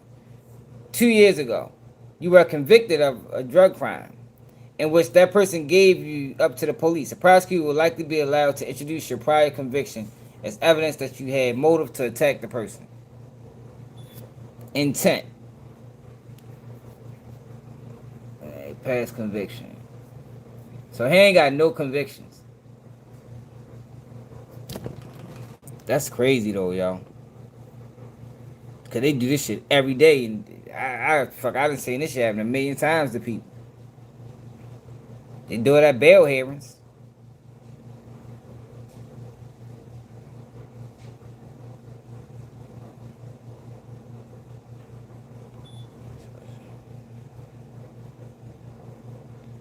Let me see. What's it? Rule 404B?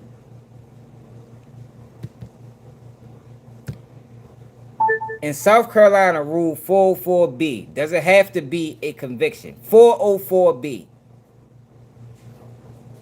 According to sccourts.org, with the exception of notice of evidence to be used in aggravation in the sentencing phase of capital cases, SC Code N. Look, it does not require that the prior act be a conviction. Look, so they could have used it. They could have used it, man. They could have used it.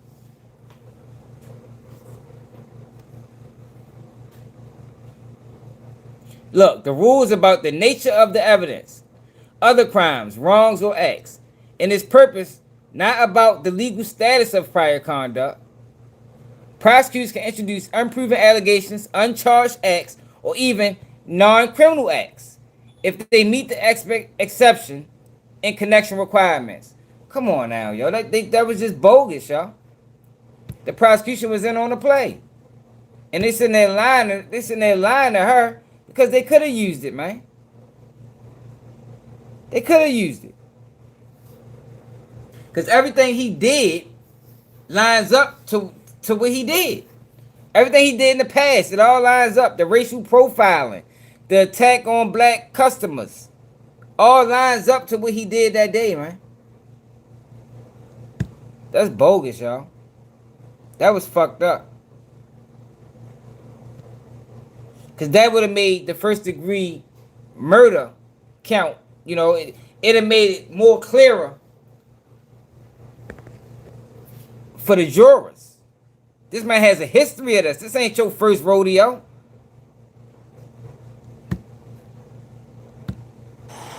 And nobody can tell me that this is not racially motivated, because I'm not supposed to be on social media anyway. But when I go and I look at my social media, I have racist people coming to my page, going under my son's pictures, leaving the most horrific things, saying that they're glad he's dead, good riddance, and I am tired. I don't want this to happen to any other child. No black or brown child should have to go through this. No parent should have to go through this. This has to stop today. And I just learned today that South Carolina, if it's a murder charge, that they cannot bring in any of your prior acts. Rick Chow shot 2 people before. Rick Chow accosted a child in that store and beat her up with a gun on her hip. And none of that information information could be brought to light. And I do not think that is fair, and if that is on the law books, that needs to be changed. Because if that was not there, then my son would have gotten justice. And to allow this person to terrorize this neighborhood for 12, 13 years is ridiculous. And it's just showing that it's okay to treat black and brown people wrong, and it's not. My son loved everybody.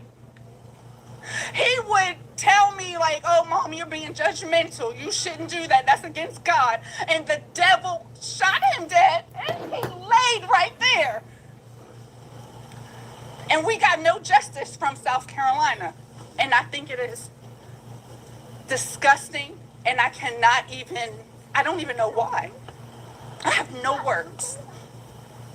But every day, I will not be able to speak to my son, hear his voice change, see him grow, go to prom. He will never get married. I would never hold my grandchildren, nothing. But Chow is able to go home with his lion son, Andy Chow, and they're able to have dinner with the wife, Alice, who all three of them came out that store, and they chased my baby. And I think the entire family should be held accountable because it was racially profiled. And I do not think that it is right, and they all should be punished. And I don't know what laws that we need to create to help our people, but it needs to be done, and it needs to be done now. Cyrus should not be gone. None of our children should be gone from the acts of racism, from profiling, from any of that. He should be here. And until the world treats us like we are human beings, I mean, come on. Y'all hire us. Y'all want us around. You like our culture. You want to listen to the music. You want to wear our clothes. You want to do all of that stuff. But when it comes to protecting us and when it comes to looking at our children, you look at us as if we are animals, and we are not. I am a college-educated woman. I hold a master's degree in information technology management. My son was not a thug. He was a 14-year-old boy who was trying to find his way. And for any person that acts like when they were 14, 15, 16, 17, that they did not do nothing wrong, that they did not smoke and drink and have sex and do whatever that they were not supposed to do by their parents, it is a lie. And it is judgmental, and I refuse to allow any of you to sit up there and make it seem like we were bad parents, because we were not.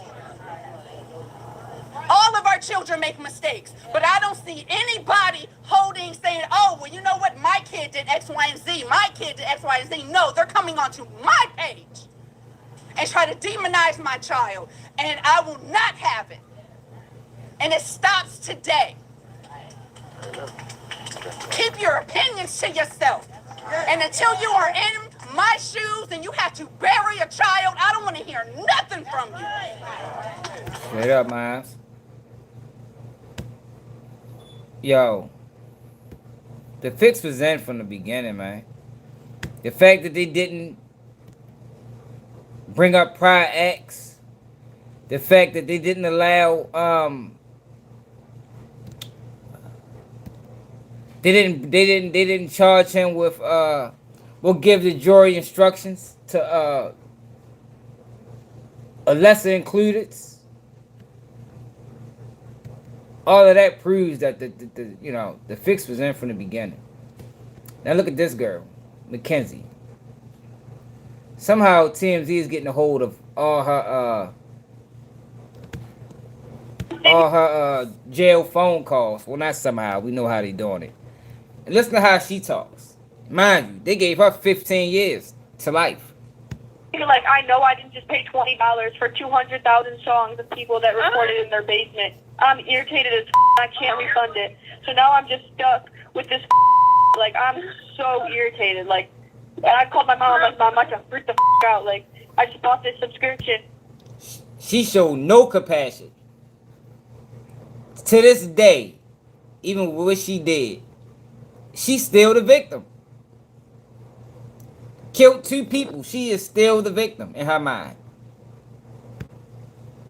Like, not even underground. Like Davions and Doms and shit of the world. Like, Tyler Proctor, people that just like record like, literally. Honestly, I wish it sounded like Davion and Dom in the studio, but no, it's literally like, who is it? It's giving Yusuf.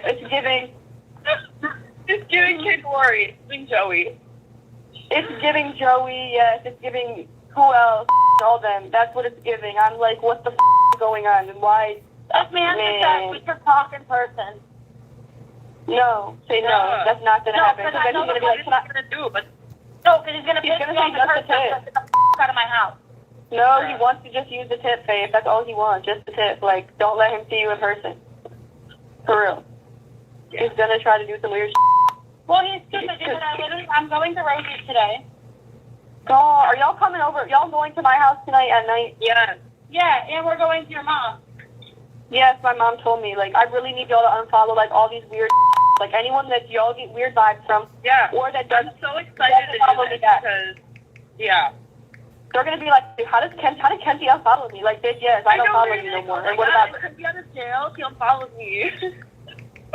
Yes, because I know they're keeping up with Kenzie. Bro, I'm sad. Imagine if your account was just like commenting back at people like, oh, really? Honestly, I almost want y'all to have like, you need to like come over every once in a while and like go through my phone. But you need to like unfollow like even people that are like friends with ops and aren't saying anything like that. Yeah, I understand. They need to like, I know I didn't just pay $20 for 200,000 songs of people that recorded in their basement. I'm irritated as I can't refund it. So now I'm just... Look, hold up, look at this one.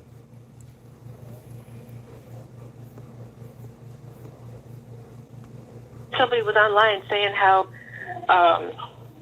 there was no parental supervision with you and stuff. This was the party house, and I just let people have all kinds of parties here and everything. And finally, the neighbor across the street, she was like, you guys, you don't know what you're talking about. That's a wonderful family. They're very nice. And I live right across the street. There were never parties over there. I don't know what you guys are talking about. Don't believe everything you hear. I was at Dom's house. Maybe they're talking about that house. No, they were saying me, though. I let you have parties off. I don't even know this person. Dylan? Something? Dylan. But who even knows? I don't know, but that could not even be his real name. It was like, wait a minute. Or someone my age or like an adult. It's Facebook. Anybody can create any profile and it's right. Like nobody knows. Everybody's making up. Then they were saying that you had just got done breaking into a church and you spray painted and broke everything. You spray painted all over the church. Like what? What? The rumor mill is strong. Okay. Damn, strong little people are so sad and depressing. Like, they really have, like, nothing, like, credible. Nothing. This is the saddest town ever. It's, like, open up my courtroom for, like, the whole city to come and just, like, live stream it all and, like, don't block anything. Right. That's it all on the news. Yup. That's why I was hoping this one was going to be live streamed. But it wasn't. It was live streamed. No, the end was, but not the whole thing. What end? Yeah, is it raining or is that the tree? Just what the judge says was live streamed, but I was hoping the whole thing would have been. But it wasn't. That's okay. Who cares? We're so stupid. Dummies. Yeah, I just can't wait for them to, like, they just have so much explaining to do. Like, there's so many, like, unanswered questions. Now,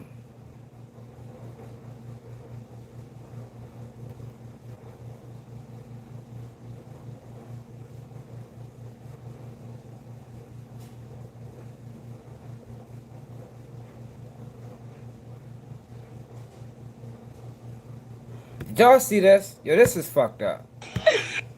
Man walks out of prison on his birthday only to find out that his brother had died minutes early on the way to pick him up. Like, why would they record this, y'all? How fucked up this is.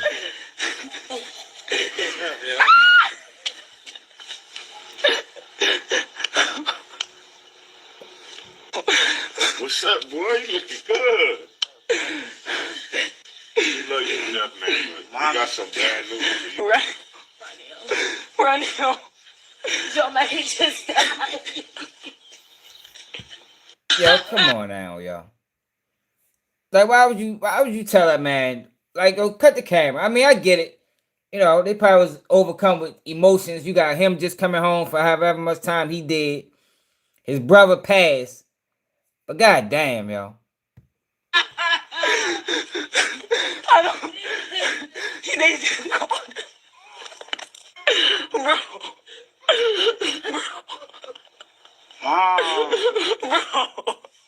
Bro.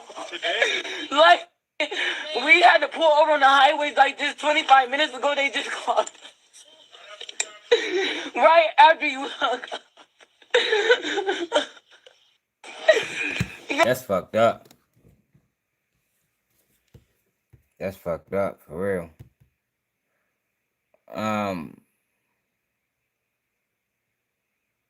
Then you got this shit. You can't call one nigga gay, not call everybody gay. What that mean? Man, you know what's going on. You can't call one nigga gay if you're not talking about the gay. California is looking bad, y'all. How the fuck do No Jumper keep finding combs? Like, what the fuck is up with California gang culture? Like, yo, they need a rebrand or something. You feel me? Like, yo, California gang culture is going out sad. Like, all the way sad. Yo, how are they allowed?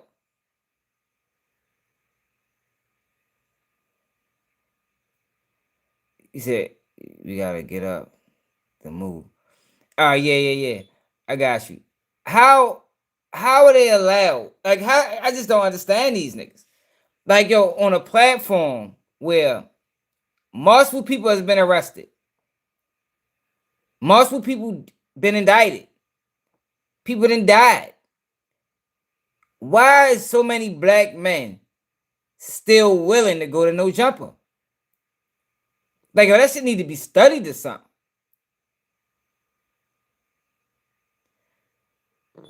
This guy is on here vouching for WAC 100, a federal agent. A federal agent. So much so that he got in a fight with another dude. Yo, that is crazy to me, man. Hey, niggas in y'all community, bro. Who gay in the community? You know what's going on, fool. I really don't. I don't. You know, I'm not about to go back and forth and all. I'm not going to back and forth either. Yeah, me neither. Damn, what's that supposed to mean? Bro, like you seem like you got an agenda. Like what? We can squabble. You said what? We can squabble. Nah, come on, bro. Let's just pause, man. Look at Adam. Adam love it. Or we go around the corner. We win. That's easy call. All right, ain't nothing else to talk about. Let's stop talking about it. All right, yeah. I'm gonna talk about it, bro. We gonna squabble after the shit, bro. It's cool. This escalated quickly. No, it ain't escalated. This regular program, fool. We ain't. That's nigga. That's PC. No, that ain't. That's what, nigga. How we calling you for this PC shit? Nah, we could have did that on there. You online doing all that. I'm not online, bro. This is a conversation that brung up. Nah, it seemed you should have. Bro, come on, call me a PC. Get this right now, bro. All right, come on, let's go. Bro, this is. Oh wait. What the fuck, yo? Yeah, that shit. You can't call one nigga gay, not call everybody. Yo, that's crazy, y'all. That's crazy. Yo, we ain't never gonna be respected, y'all. We're never gonna be respected as long as that type shit is going on and niggas is allowing it.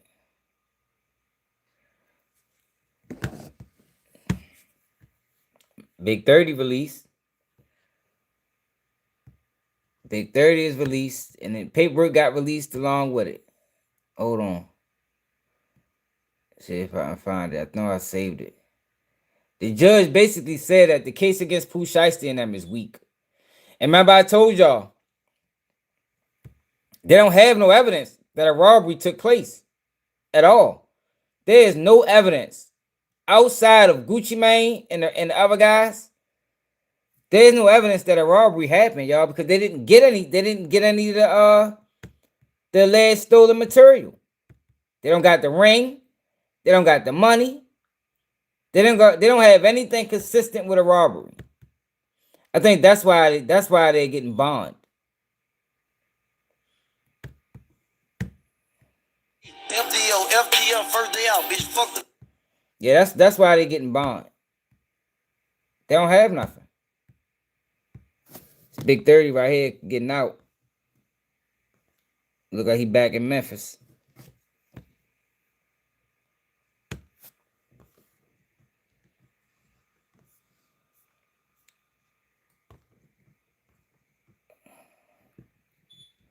Oh, it was some did I save that? We ain't gonna have time to get into the Dirk shit. That's too much. We got to do a whole live for that. That's Dirk.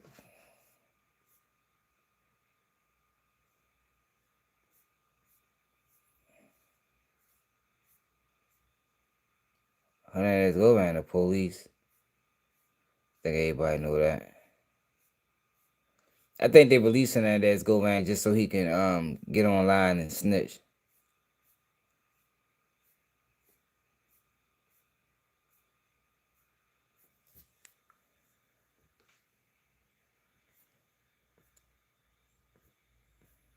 Hold on, yo. What it is, bro? Hold on. Cause there was some paper that got released in Big 30 shit that detailed the case being weak.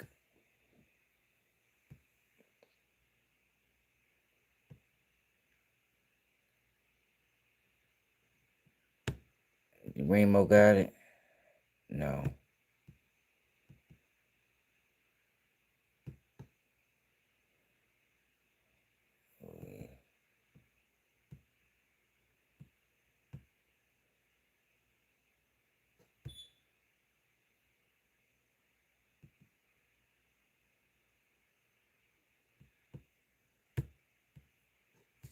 Damn, yo.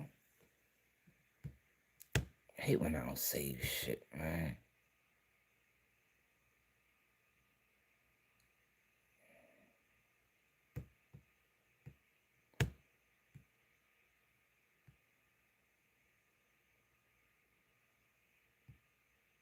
Yeah, it was Paperwork that came with this. What fucking page had that shit?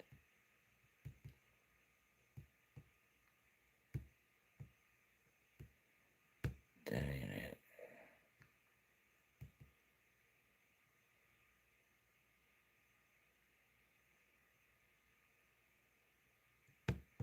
You might got it. He taught me that might got it. Let me see.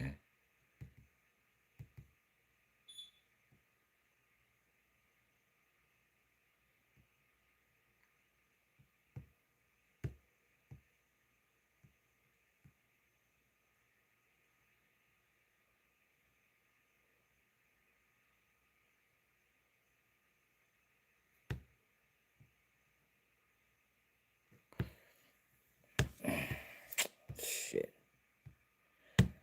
Well, the lawyer spoke out. Pusha's the old lawyer.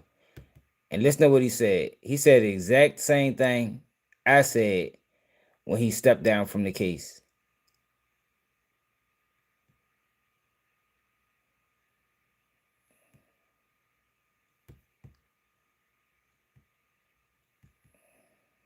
Pusha's the little Dirk update.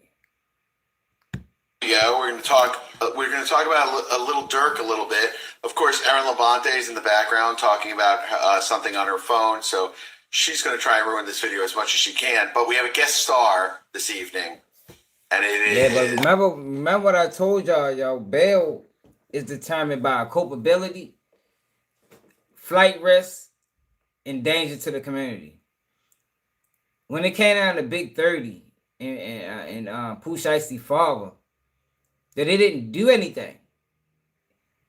They didn't do anything violent in order to not warrant them a bond. Like based off the story that was told, there wasn't. He didn't possess a gun. He didn't rob anybody. He didn't do anything. And remember, going back and forth with the other nigga, I was telling y'all like, yo, they used the government's theory against them in order to get a bond. Remember me? I had the whole back and forth with the other nigga that think he be knowing shit. No, yo, he basically told he got stuck in the case. No, yo, they did what they were supposed to do in order to secure a bond, man. They don't have nothing. Like, it's basically Pooh Shiesty in them word against Gucci in them word. Who you gonna believe? That's the case. Yo, that is the case, yo. Nothing else. They don't have the watches. They don't have the rings. They don't have the money. They don't have the guns. Yeah, they don't have anything in that case to say a robbery actually occurred. That's why it was okay for Big 30 to say I was there. Well, Big 30 lawyer to say I was there. Because y'all ain't got no proof. Yeah, I was there. I gave him a bag.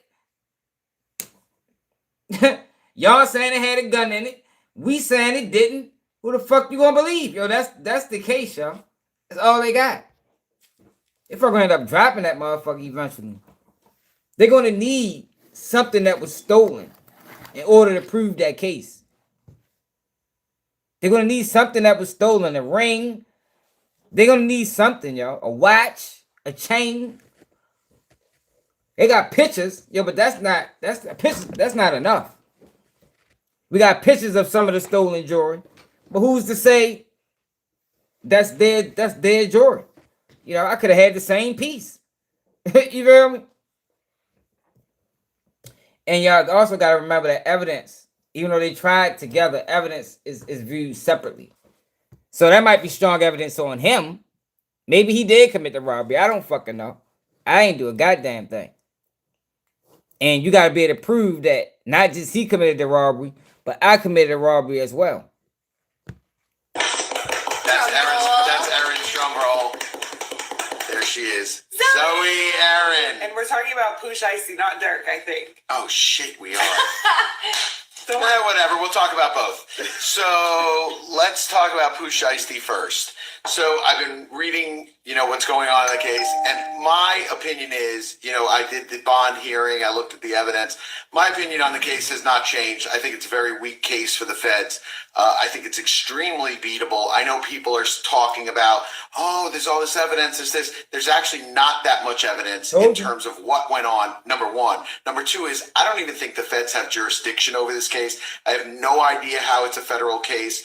It, A, does not meet the elements of kidnapping for a federal case.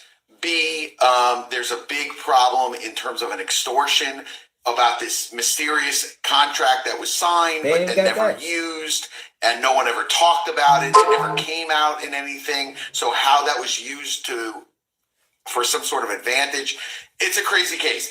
I still honestly think it's a great case. I know everyone says, he got off the case because he thinks it's a loser. That's not true. When there's cases in different jurisdictions, I always do what's best and what's right for the client as well as what's right for... What did I say?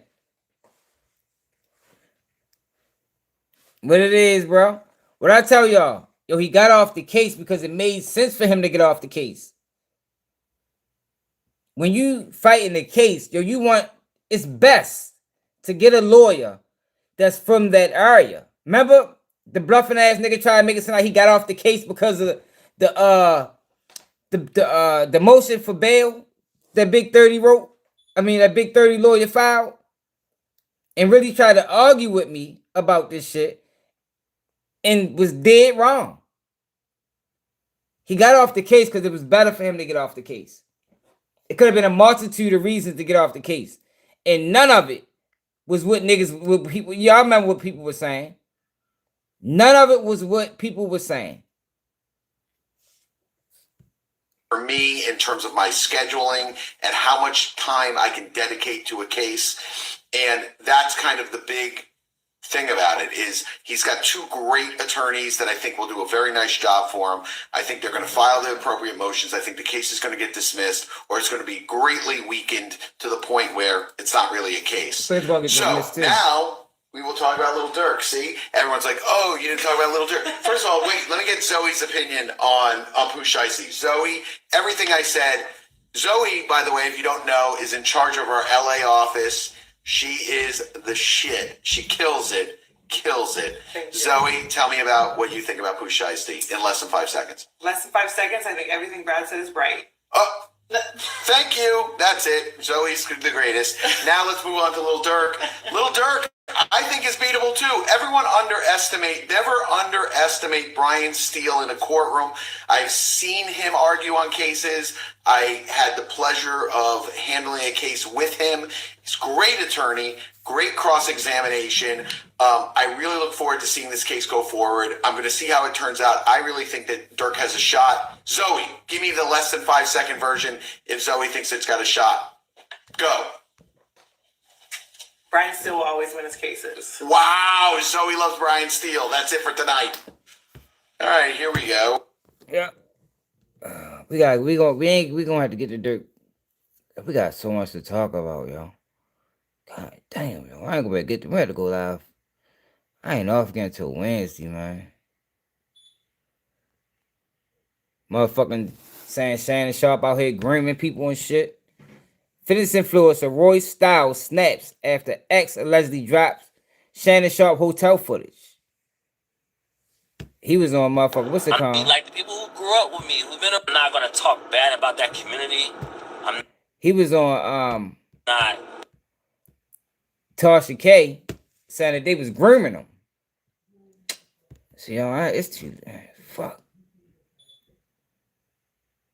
So much to fucking talk about. Now, what's up with Sauce Walker, man? Look at this shit. If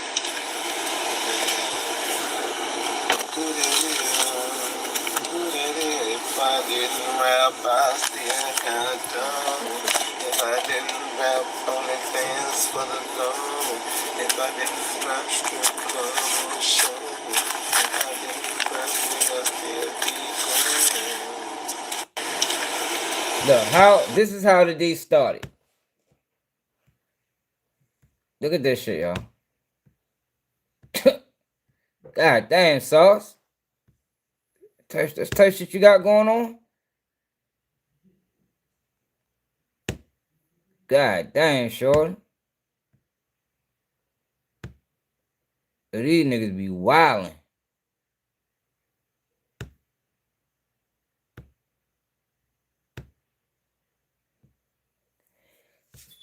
Adam 22 ready to get Sauce Walker locked up, y'all. Adam 22 and this girl right here is ready to get Sauce Walker booked. That's what's going to end up happening. Remember I said it. Remember I said it.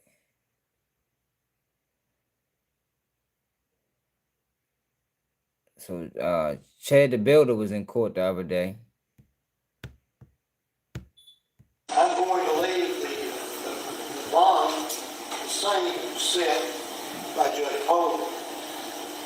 Except there's going to be, I reviewed the General Sessions order, and I do not believe there was any curfew orders. No. I'm a big believer in curfews. An additional item, additional aspect of the bond set in sessions is that the defendant, the accused, is subject to a, and if she do anything other than post on social media, at some point I read. Yeah, they're gonna make an example out of Chud the Builder. He don't even realize he fucked himself over by trying to be the fucking face of racism. Cause nobody wants a race war. And the route that Chud the Builder was taking, that's what it was gonna lead to. So they're gonna put him down for a minute. He's going down for a minute, y'all. The builder would like to assume that he does construction work. He does have a construction company. I believe most of his focus nowadays are on his online presence. But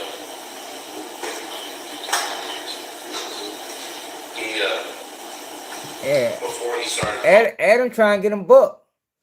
You ain't see the interview, man? Adam trying to get him.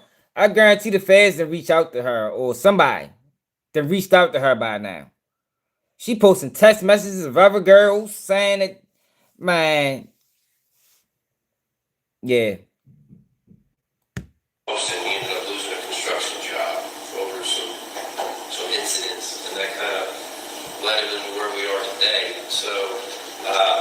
But then he started his own business. So he does have his own business, but he's Tell primarily us what he did. a streamer, I guess would be the word. Well, you know, maybe that one such a good career choice. But in any event, he's subject to a curfew from 9 p.m. to 5 a.m. He's got to be in his house and what's his address? I'd rather put that under seal to please the board. We got to know where to look. He's going to be wearing a GPS. And I want to know if he's not where he's supposed to be. Understood. Because of the attention, he's about to be evicted. So I can find out where he's going to be living. Oh, yeah. I watched a little bit of it. He's required to stay at that address from 9 p.m. to 5 a.m. Understood. All right, now, that condition would also be applied here to the bond on the harassment, which will lead to something. Now, we have to address the source here, correct? Yes. Wish to address that at this point. Call Alex Rosen.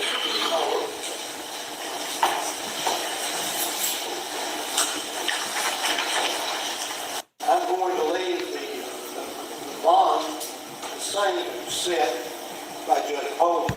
Yeah, so his bond is still $1 million. His bond is still $1 million.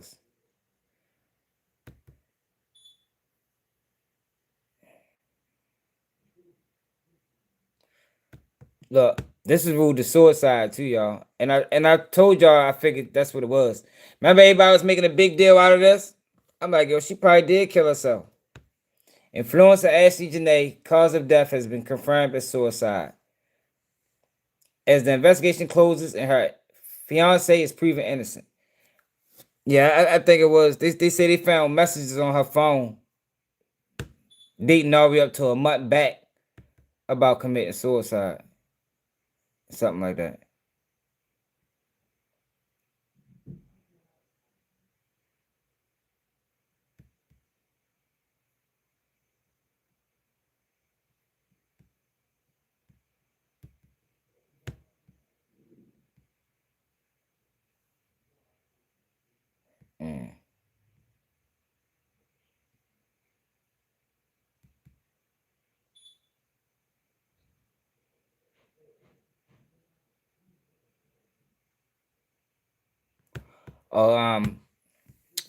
Alabama promoter wins $193,000 lawsuit against Finesse2tymes after Finesse allegedly had his brother perform for him 3 years ago. Remember he did that? Finesse was dead wrong for that, yo. Yo ready to get $193K for that shit. God damn. So yo, this is a prime example of trying to take the shortcut. Oh, he said it's fake. Well, Finesse is saying it's fake, yo. So we're going to reserve judgment on that. But I do got to clear up something. So remember a couple days ago, we did a live about Finesse2tymes owing the girl. This girl right here. I think it was $1,500. So she also ended up getting her money. This is the manager talking about it. Miss Dollface, I don't know why you jumped the gun. You jumped the gun, pushing this narrative that Finesse and Shugg done stole from you. Number one, you got your money back and you still running with the move. Number two, you're telling people that I blocked you. Dang. And I told you last night that I got to take a flight. I told you I got to take a flight. Now, if you send me a message and I'm on a flight, of course the bubble won't come up green. Now, if I would have blocked you, I'd have blocked you on Instagram, I'd have blocked you on everything. You not blocked. You could have still reached out. You could have still tagged me, which you did. But you keep running. I don't know if you want some clout. I don't know what you're looking for. But I can show you that I had a flight. I was on a flight at the time that you called me and at the time that you texted me. Because I got the message. It just came when I landed. But this whole clout chasing, you Finesse and Shugg, it ain't got shit to do with Finesse and Shugg. Let's put that out there right now. That's between me and you and the fact that you were impatient and unruly and disrespectful and unprofessional. Miss Dollface, I don't know why you jumped the gun. So look, this the payment sent. So I gotta clear his name. Shorty did get the money. $1,500 sent. Showed the text messages. So he was on a flight. That was the miscommunication. Shorty jumped the gun. Now this is her responding to that.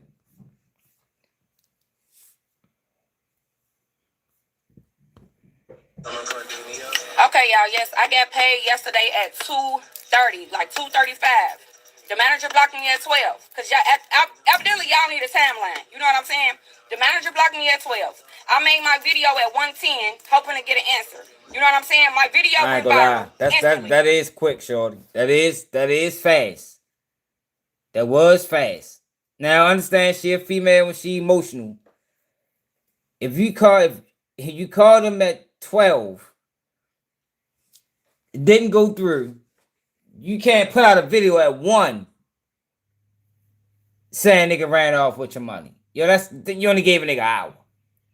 Gotta at least give it a couple days. Yeah, man, at least a day, at least 24 hours. Before I do a video on somebody like that, I'll probably give him a couple days, maybe 2 days, day and a half, depending on how much money it is. But you can't straight go off at the hour and not hearing from a nigga. She was dead wrong for that. Of course. You know what I'm saying? Motherfuckers make that phone call however the fuck it happened. Finesse ended up calling me at 2:30 and saying, hey, I'll still do the interview or you can get your money back however you want to do it. I didn't want to interview Finesse ass. I didn't want to interview Finesse. I wanted to interview Shugg. So at this point, the energy already out. So go ahead and just shoot me my $1,500 back, but I still feel like motherfuckers play with me. So I don't get no fuck, but how you motherfuckers want to kick it and then they want to get in the comments talking about, oh, I'm cloud chasing, I'm cloud. Bitch, this happened. This what happened. Y'all play with me. Bitch, you gave me my money back at 2:30. My video's already out. I already put my videos out. Like, what the fuck? Bitch, you played me. You try to take my money and Shugg. You stupid, bitch. You ain't come get your money. Shugg, bitch, you stupid. I booked you. You can't even go get your own money. This nigga don't even want you to have your own identity, your own fan base. You over there getting pimped. All he wants you to do is fucking suck on OnlyFans, bitch. He don't want you to get no real audience. He want the world to know Shugg by him. He don't want Shugg to be her own bitch. He don't want you to start no business in the position that you in, bitch. He don't want that for you. He treating the fuck out of you. Fuck that little weak ass apology he just did. That shit was lame as fuck, dry as fuck, fake as fuck for the internet. Bitch, he's treating you like a hoe. Not his wife, none of that shit. You dumb as fuck, didn't come get your own money, ain't showing up to your own bookings, bitch. You just not starting to get booked. How you ain't showing up to your own bookings, bitch? Hello, you stupid, bitch. If I would have booked him, I bet you his ass would have came. But since it was you getting booked and not him, motherfuckers didn't show. Mind you, I'm okay. But bitch, open up your fucking eyes. Okay, y'all, yes, I ain't gonna lie, I think it might be some truth to that. So what she's talking about is after this whole little debacle about the payment, Finesse2tymes went in on Shugg. And I think people in the comments got on him. So he apologized and recanted. So let me show y'all what the fuck happened with that shit. Damn, we way behind.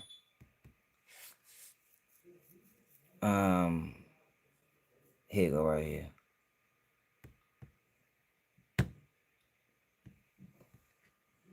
Yo went in on Shorty.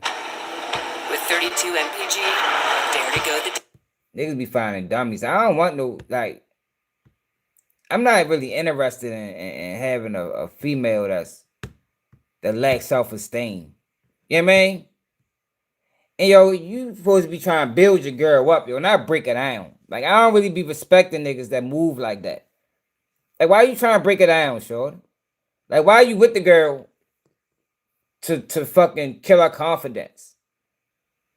Man, he went in on Shugg, man.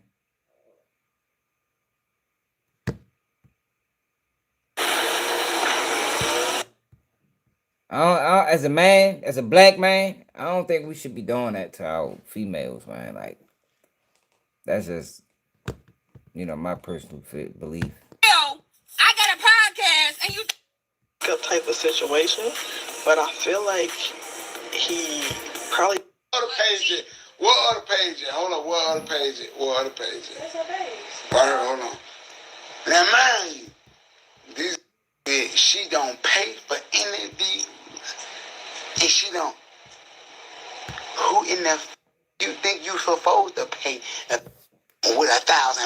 on your interview page, your moon pie face hoe.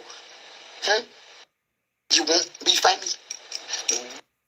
Huh? This is what you won't do? You got 1,800 followers, ho. And you're playing with the wrong way. Eat shit. Eat shit.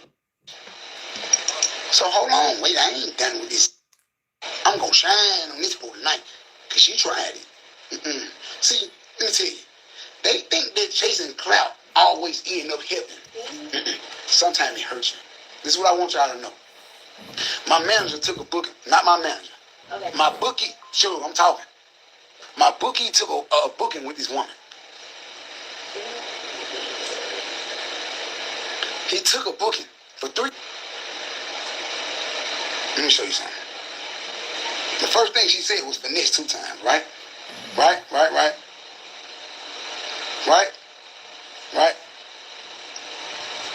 But look who name is on the contract. Huh? What the shit you pulled me up here? I'm on live on both phones. Give me the contract and shit. You worry about that weak ass shit. I'm on both of my phones.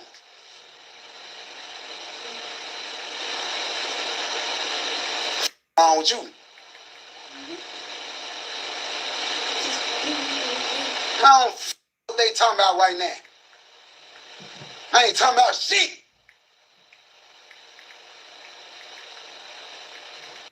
Playing with the brand.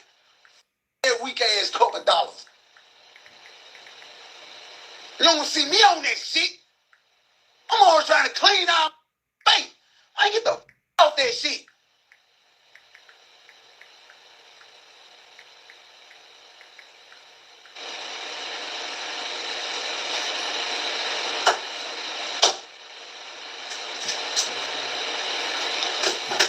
What about the business?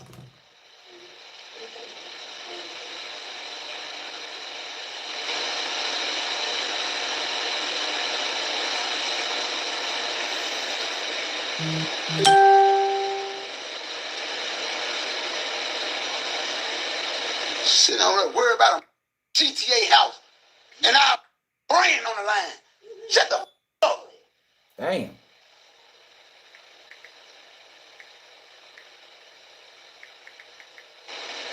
This sis ass hoe over here playing, and you talking about a weak ass GTA house. Hey man.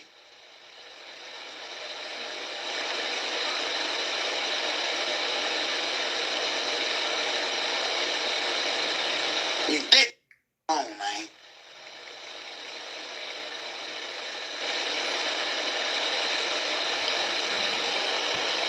And then you leave me to deal with all this shit while you over there on the game. Yeah, he wild. I'm over here got to deal with all the and you on the game. So see, the thing that tripped me out with these niggas, right? Yo, they be trying like, yo, this is not pimping, y'all. Pimping is not making this girl think that she belongs to you and only you. I never thought that was pimping. No, you pimping, you know. I thought the hoes is free to roam. No, these niggas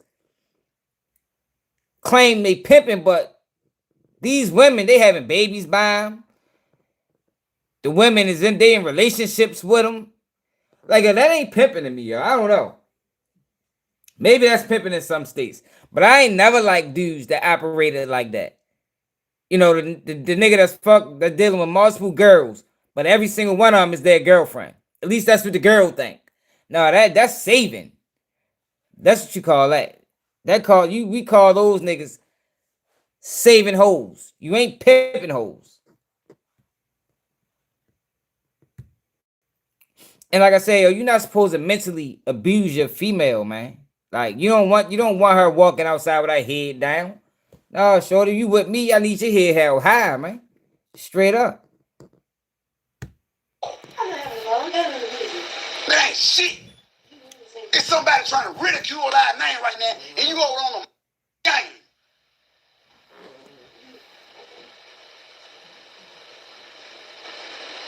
I'm wrong though, right? I'm too aggressive. Yeah, I I'm don't the know. wrong Maybe person it in this is. shit though. I don't respect that type of pimping. When the shit that feed our kids. I mean, I respect the nigga. If you dealing with multiple women, they all need to know their place and their role. You ain't out here trying to ball a block against no other man. You ain't doing none of that. No, hell no. Shit, she leave, get another one. Replace her. Don't chase her. I thought that was the game. But maybe it's not. You know, maybe my definition of pimping is different. But I just don't. I just think that shit flawed. I think anybody can do that. You know, because these guys try to make it seem like they some hellified niggas. But I think anybody could do that. Anybody can convince multiple females you're in a relationship with them. Especially if they're not strong mentally. When you look at Shugg, and you look at the girl that's exposing Sauce Walker, you can tell that no matter how they look physically, that mentally they're not strong. They're mentally weak. They are deals and trying to play with it. And your ass over there on the game. Shit you talking about. Man, listen. You talking about one house. You talking about $100. I'm talking about the brand. Do you know it? Go ahead. I'm listening. That ain't my point. Do you know the difference between $100 and a brand? Baby. Yes, I do. What's the difference, Mom? Please tell me. Please. Okay. $100. You even entertaining it for? You told me to go and knock it out. But at this point, that shit don't matter. You should be able to have a mind of your own to be able to say, they don't want me investing in it right now. Baby want me investing in what we own. Right now, I ain't on it. Did you see me on it? No, exactly. So that means you be what I'm on. You gonna throw your headphones on and go in there for $100. I feel like I'm gonna tell him how to buy a house. That's what I'm trying to tell you.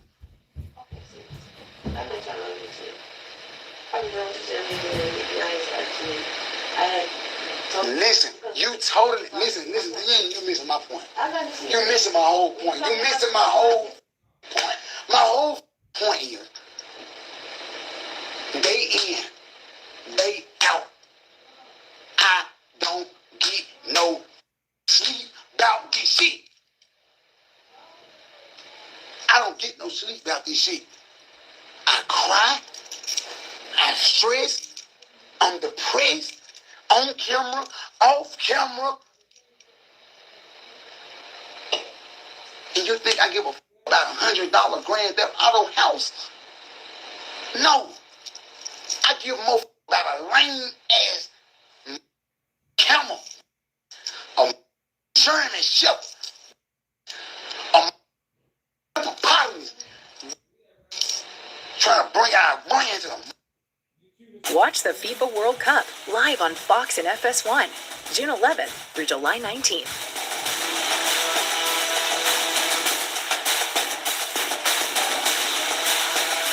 Sign up now.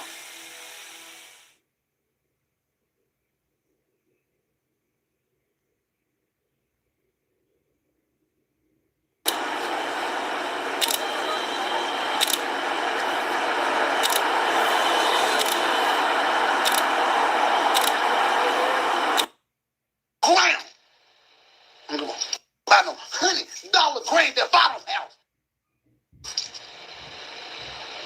You gonna put your headphones on while I'm talking about our brand, mother? It wasn't it's where you couldn't hear him talk like that. I tell you what, go on talk to them, because I never get in between you and business. Go on talk to them and see what you want. I tell you what, I'm gonna show me what I told me. You get that Grand Theft Auto house. You get him his Grand Theft Auto house. Why I take her and did it then? I tell you what, you do what the you doing. You get the Grand Theft Auto house, and I take her to brand. That's what I do. The she talking about Grand Theft Auto house with her. I mean, you should be taking out the money. And you live in it with them too. You talking about a Grand Theft Auto house, and I'm sitting up here talking about trying to ridicule our brand. And you talking about a Grand Theft? I don't give a f about no Grand Theft Auto house. Now look, he not wrong. You know, he is right. Yo, but this not, you ain't supposed to be doing this online to shorty, man. Yeah, man. You ain't supposed to be ridiculing this girl in front of the world, man. That shit ain't slick, my nigga. Not your girl, man. That's your girl, my nigga. I mean, you helping her raise her kids. You sleep with her every night. You ain't supposed to be doing this to her, yo. That shit ain't cool. Talking about.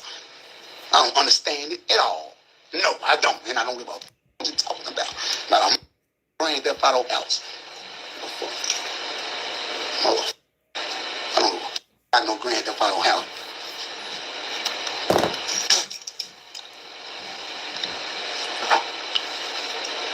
So I think this ain't even know Listen, that don't make sense. listen. This is what I'm saying. You told me to take care of that while you go live and you talk about the situation that happened today. That's really what you said out your mouth. Right. So now that I took care of it, only thing I was doing is something throw out the door to body. Right. That's all. Right. And I didn't want the sound in your live, so that's why I get the echoes on it. That was the only reason. There's something that, and I'm sure that everybody on this live will be able to agree me with. You said you done taught 2 other people how to do this shit, right? Okay, so that means what's up with the other person right now? Because there's a lot of people watching, and I'm sure she's watching too. So be careful how you answer. So what's up with the other person? No. I'm talking about the other person that you got in control. She's doing somebody else stuff. Okay, so if she see you bigger, dealing with a bigger situation, why haven't you trained her to say, hey, you handle it? Why you handling it? You gotta show the tickets. People writing cussing, saying, Chloe, you forgot me, Chloe, you forgot. Who they saying? They saying Chloe. Right. Why they saying? They ain't saying Shugg. They ain't saying, hold on, wait. You missing it. Wait. They saying Chloe, tickets. But guess what? Shugg got a man who got real problem, who dealing with real shit. Besides some tickets. I'm not talking about tickets. And I'm dealing with real life. That's what I'm saying. Tickets.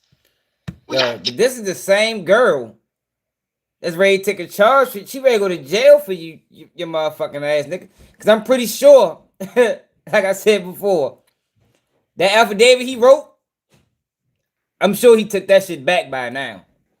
I'm willing to bet on it. That affidavit that got rescinded. Once the feds was talking, all right, we're going to drop the case on her and pick it up on him. Oh, yeah, he said, fuck that affidavit. I lied in the affidavit. You know, you can go ahead and hand me that. You can mail that shit back. You hear me? Ain't like it never happened.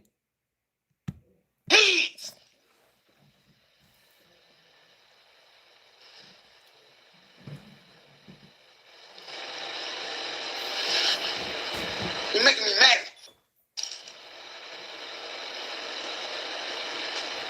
We got real life issues and you talking about game. You're gonna make me regret ever introducing you to that shit. That shit can't be that serious. You talking about some in-game shit, I'm talking about bills.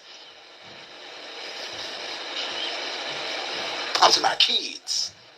I ain't talking about no game.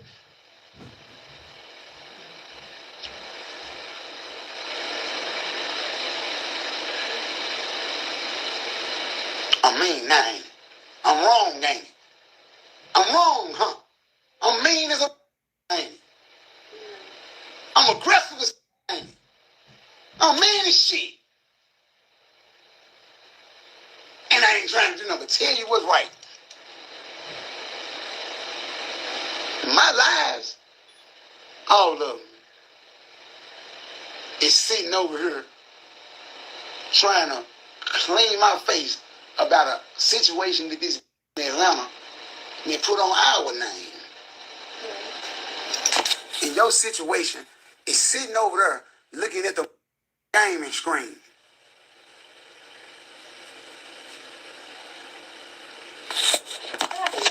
Now who wrong? Who wrong?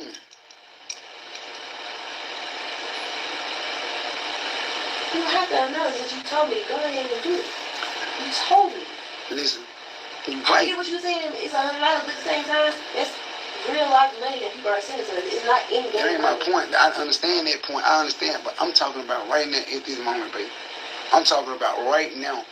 Right now at this moment. It's not about that. It's literally about this woman ridiculing you and ridiculing me. It's not about what none you got going. You threw that off on me and said, let him handle it, and I handle what I handle. That's not how it went. You literally said, I'm finna get on this bitch. I told you I was finna get on this. I don't like how the big sit. I don't like how the talk. I don't like all the filters. I don't like how the trying to throw you down through there. I don't like none of it. So I decided to get on here and speak on it. And guess what you decided to do? Get on GTA and make some houses. I got a piece, man. I'll be alright. I'll be alright.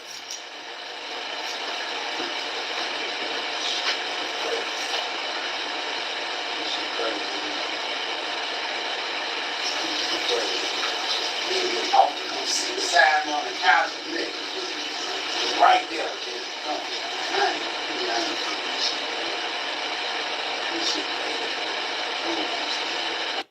And here we go. From beyond the logo. Unstoppable. The WNBA on ESPN all season long.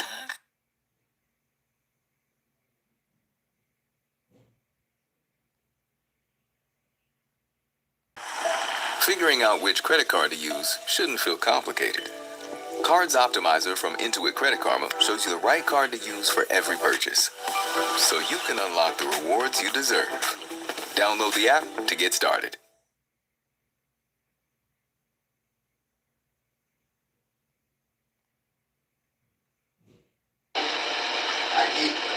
You really didn't pick and choose. You just want me to sit pretty, and you want me to dress up. You can talk all you want to. I see what's going on. You can say what you want to say. I see a whole new line.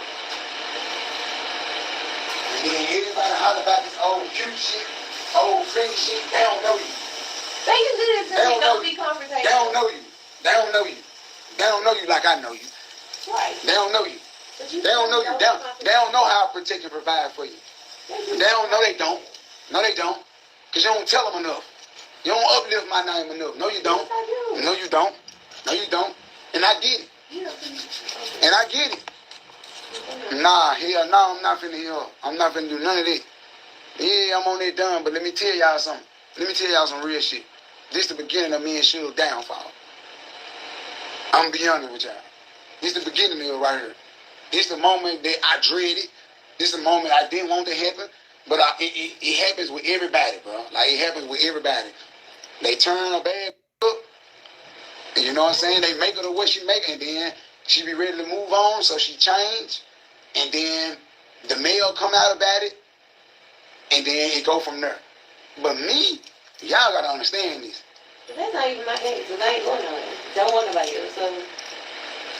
But y'all got to understand this for me. I'm a player from the Himalayas. See, I've been taught a whole different game. See, I come from this.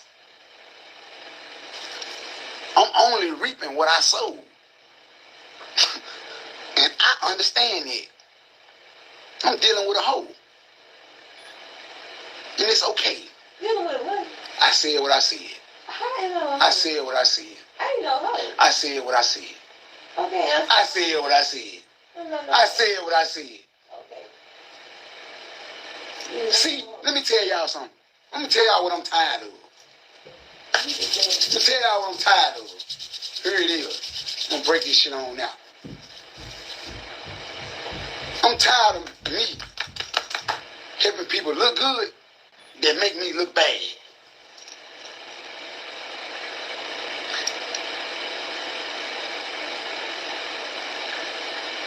Man, do y'all know how many people I did for? I came home from prison with nobody. Nothing. Y'all ain't understanding it. Y'all don't respect it. Y'all don't get this. Y'all don't really understand. I came with nothing. Nobody. I'm going somewhere with it.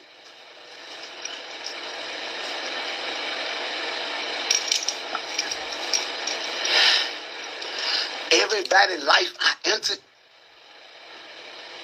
I brought to the table.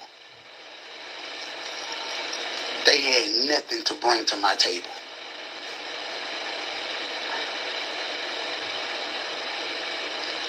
They didn't even need nothing. They didn't need a spoon. They didn't need a fork. They didn't need a knife or a plate.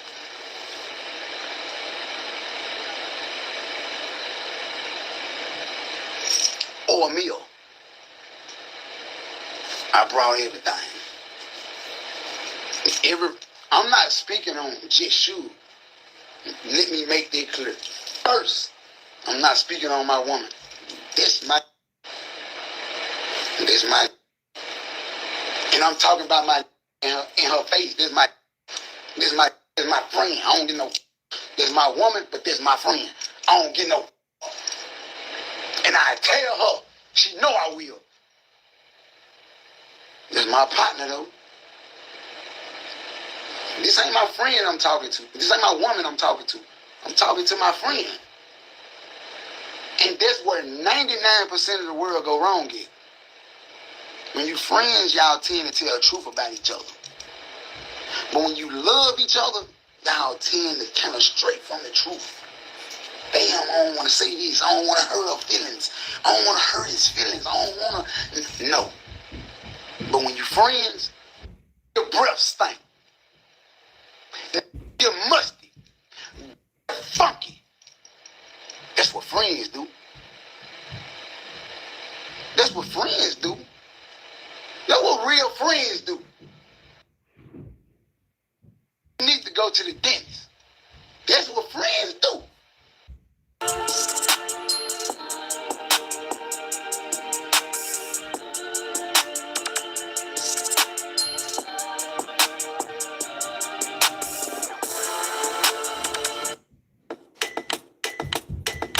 The tabs you open here are also here. Not bad, y'all. How long is it? No. Choose Chrome to share tabs across devices. Keeping it real is fake, and I'm showing y'all right now. I'm probably saying, oh, he wrong. That's fake to y'all. I don't live in the world y'all live in, though. So, come out. You talking about child?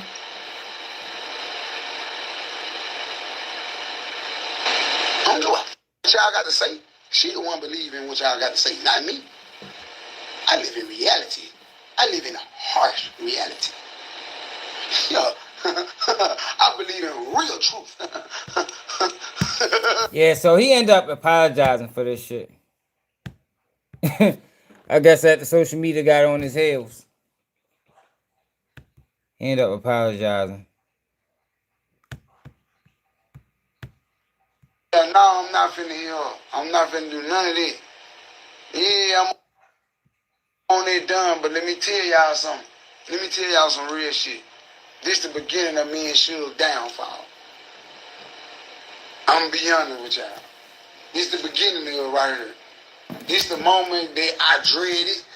This the moment I didn't want to happen, but Yeah, I think a lot of his frustration is coming from that case, man.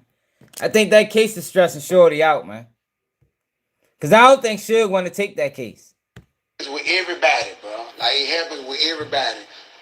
They turn a bad bitch up, and you know what I'm saying? They make her the way she make, and then she be ready to move on, so she change, and then the mail come out about it. Oh no. Oh, all right, yeah, he got the same clothes on. And then it go from there. But me, y'all gotta understand this. But that's not even my case, because I ain't going nowhere. Don't want nobody else, so.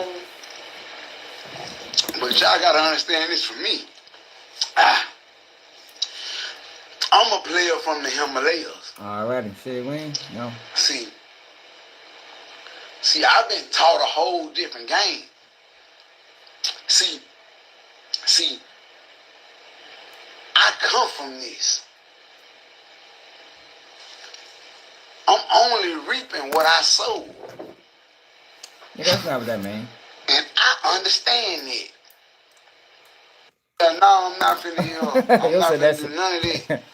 I'm dealing with a hoe. Would be the soul to the reap. And it's okay. Dealing with what? I said what I said.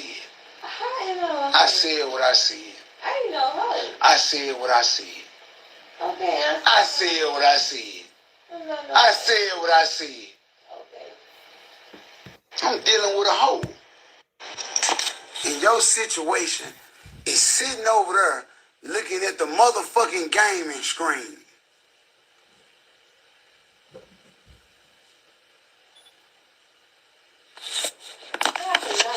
Now who wrong? Who wrong? In your situation. So he ended up apologizing for that shit. I'm dealing with a hoe. Hold on. Fuck that shit at.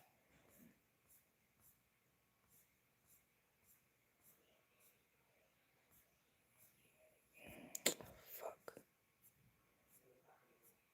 Dang, yo, I did not get everything I thought I had.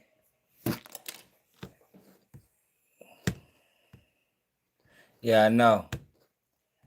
Finesse2tymes apologizes to Shugg.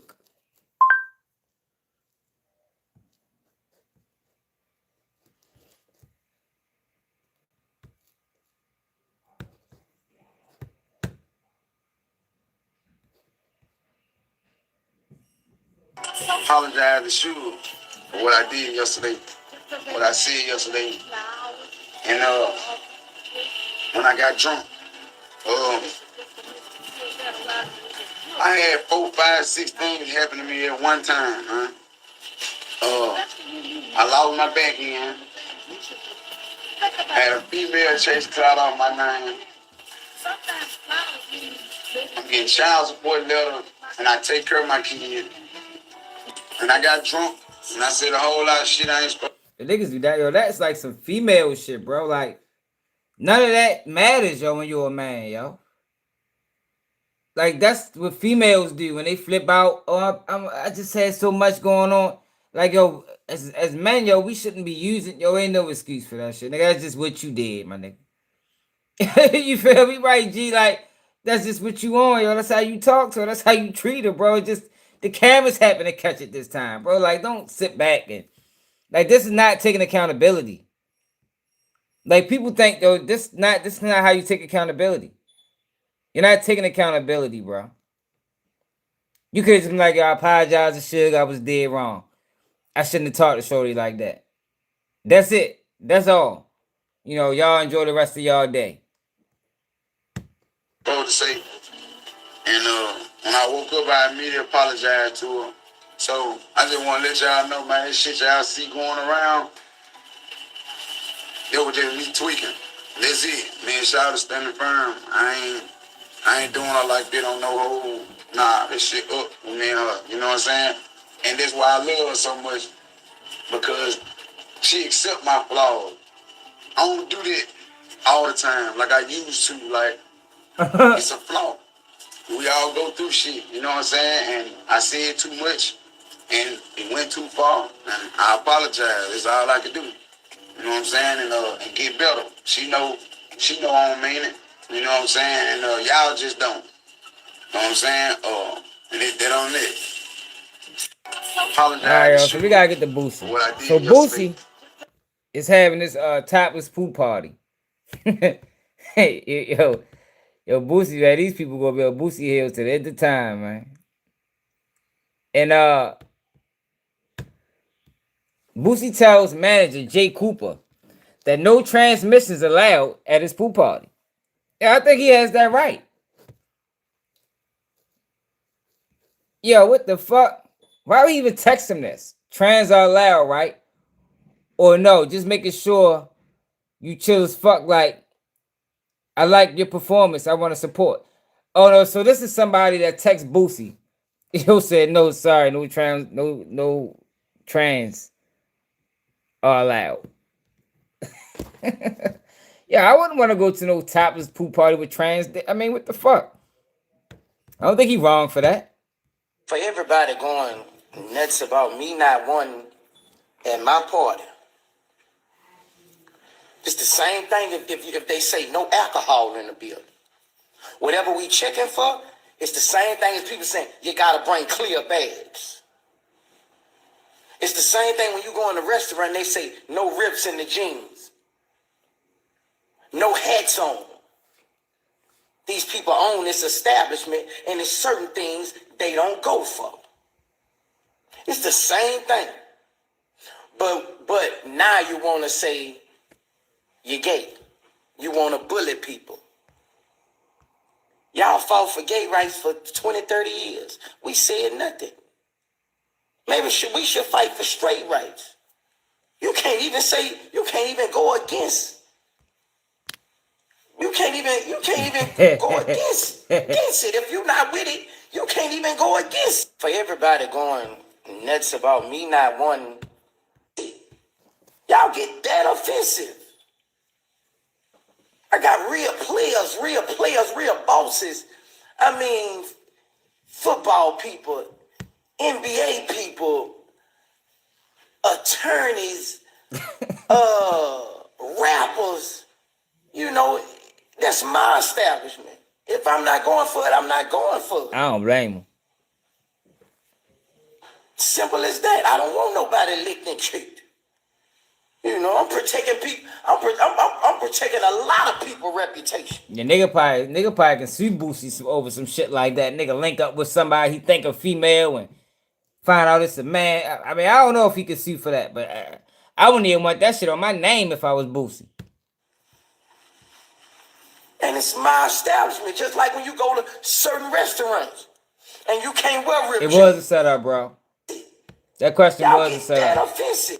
Boosie shouldn't even responded to that shit. He mad as shit too. Look at that nigga face. That nigga pissed. When you own something, you have the right to set the rules of your establishment. Same thing if you go and see somebody in a prison. Certain clothes you can't wear. Straight up. Certain things you can't do. This fucking world is out of control. It's sad.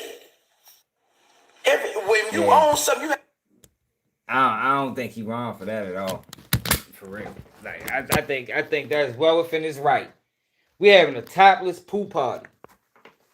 So off the rip, you know, it used to be if you say topless, that automatically meant females. You know what I mean? Like you ain't really he shouldn't even have to clarify nothing. We have a topless pool party. You know, a pool party but that's gonna be men and women. Not men dressed up as women or, you know, no, we ain't doing that, man. Like, come on now, yo. Like, yo, them people, yo, they ain't never gonna leave Boosie alone.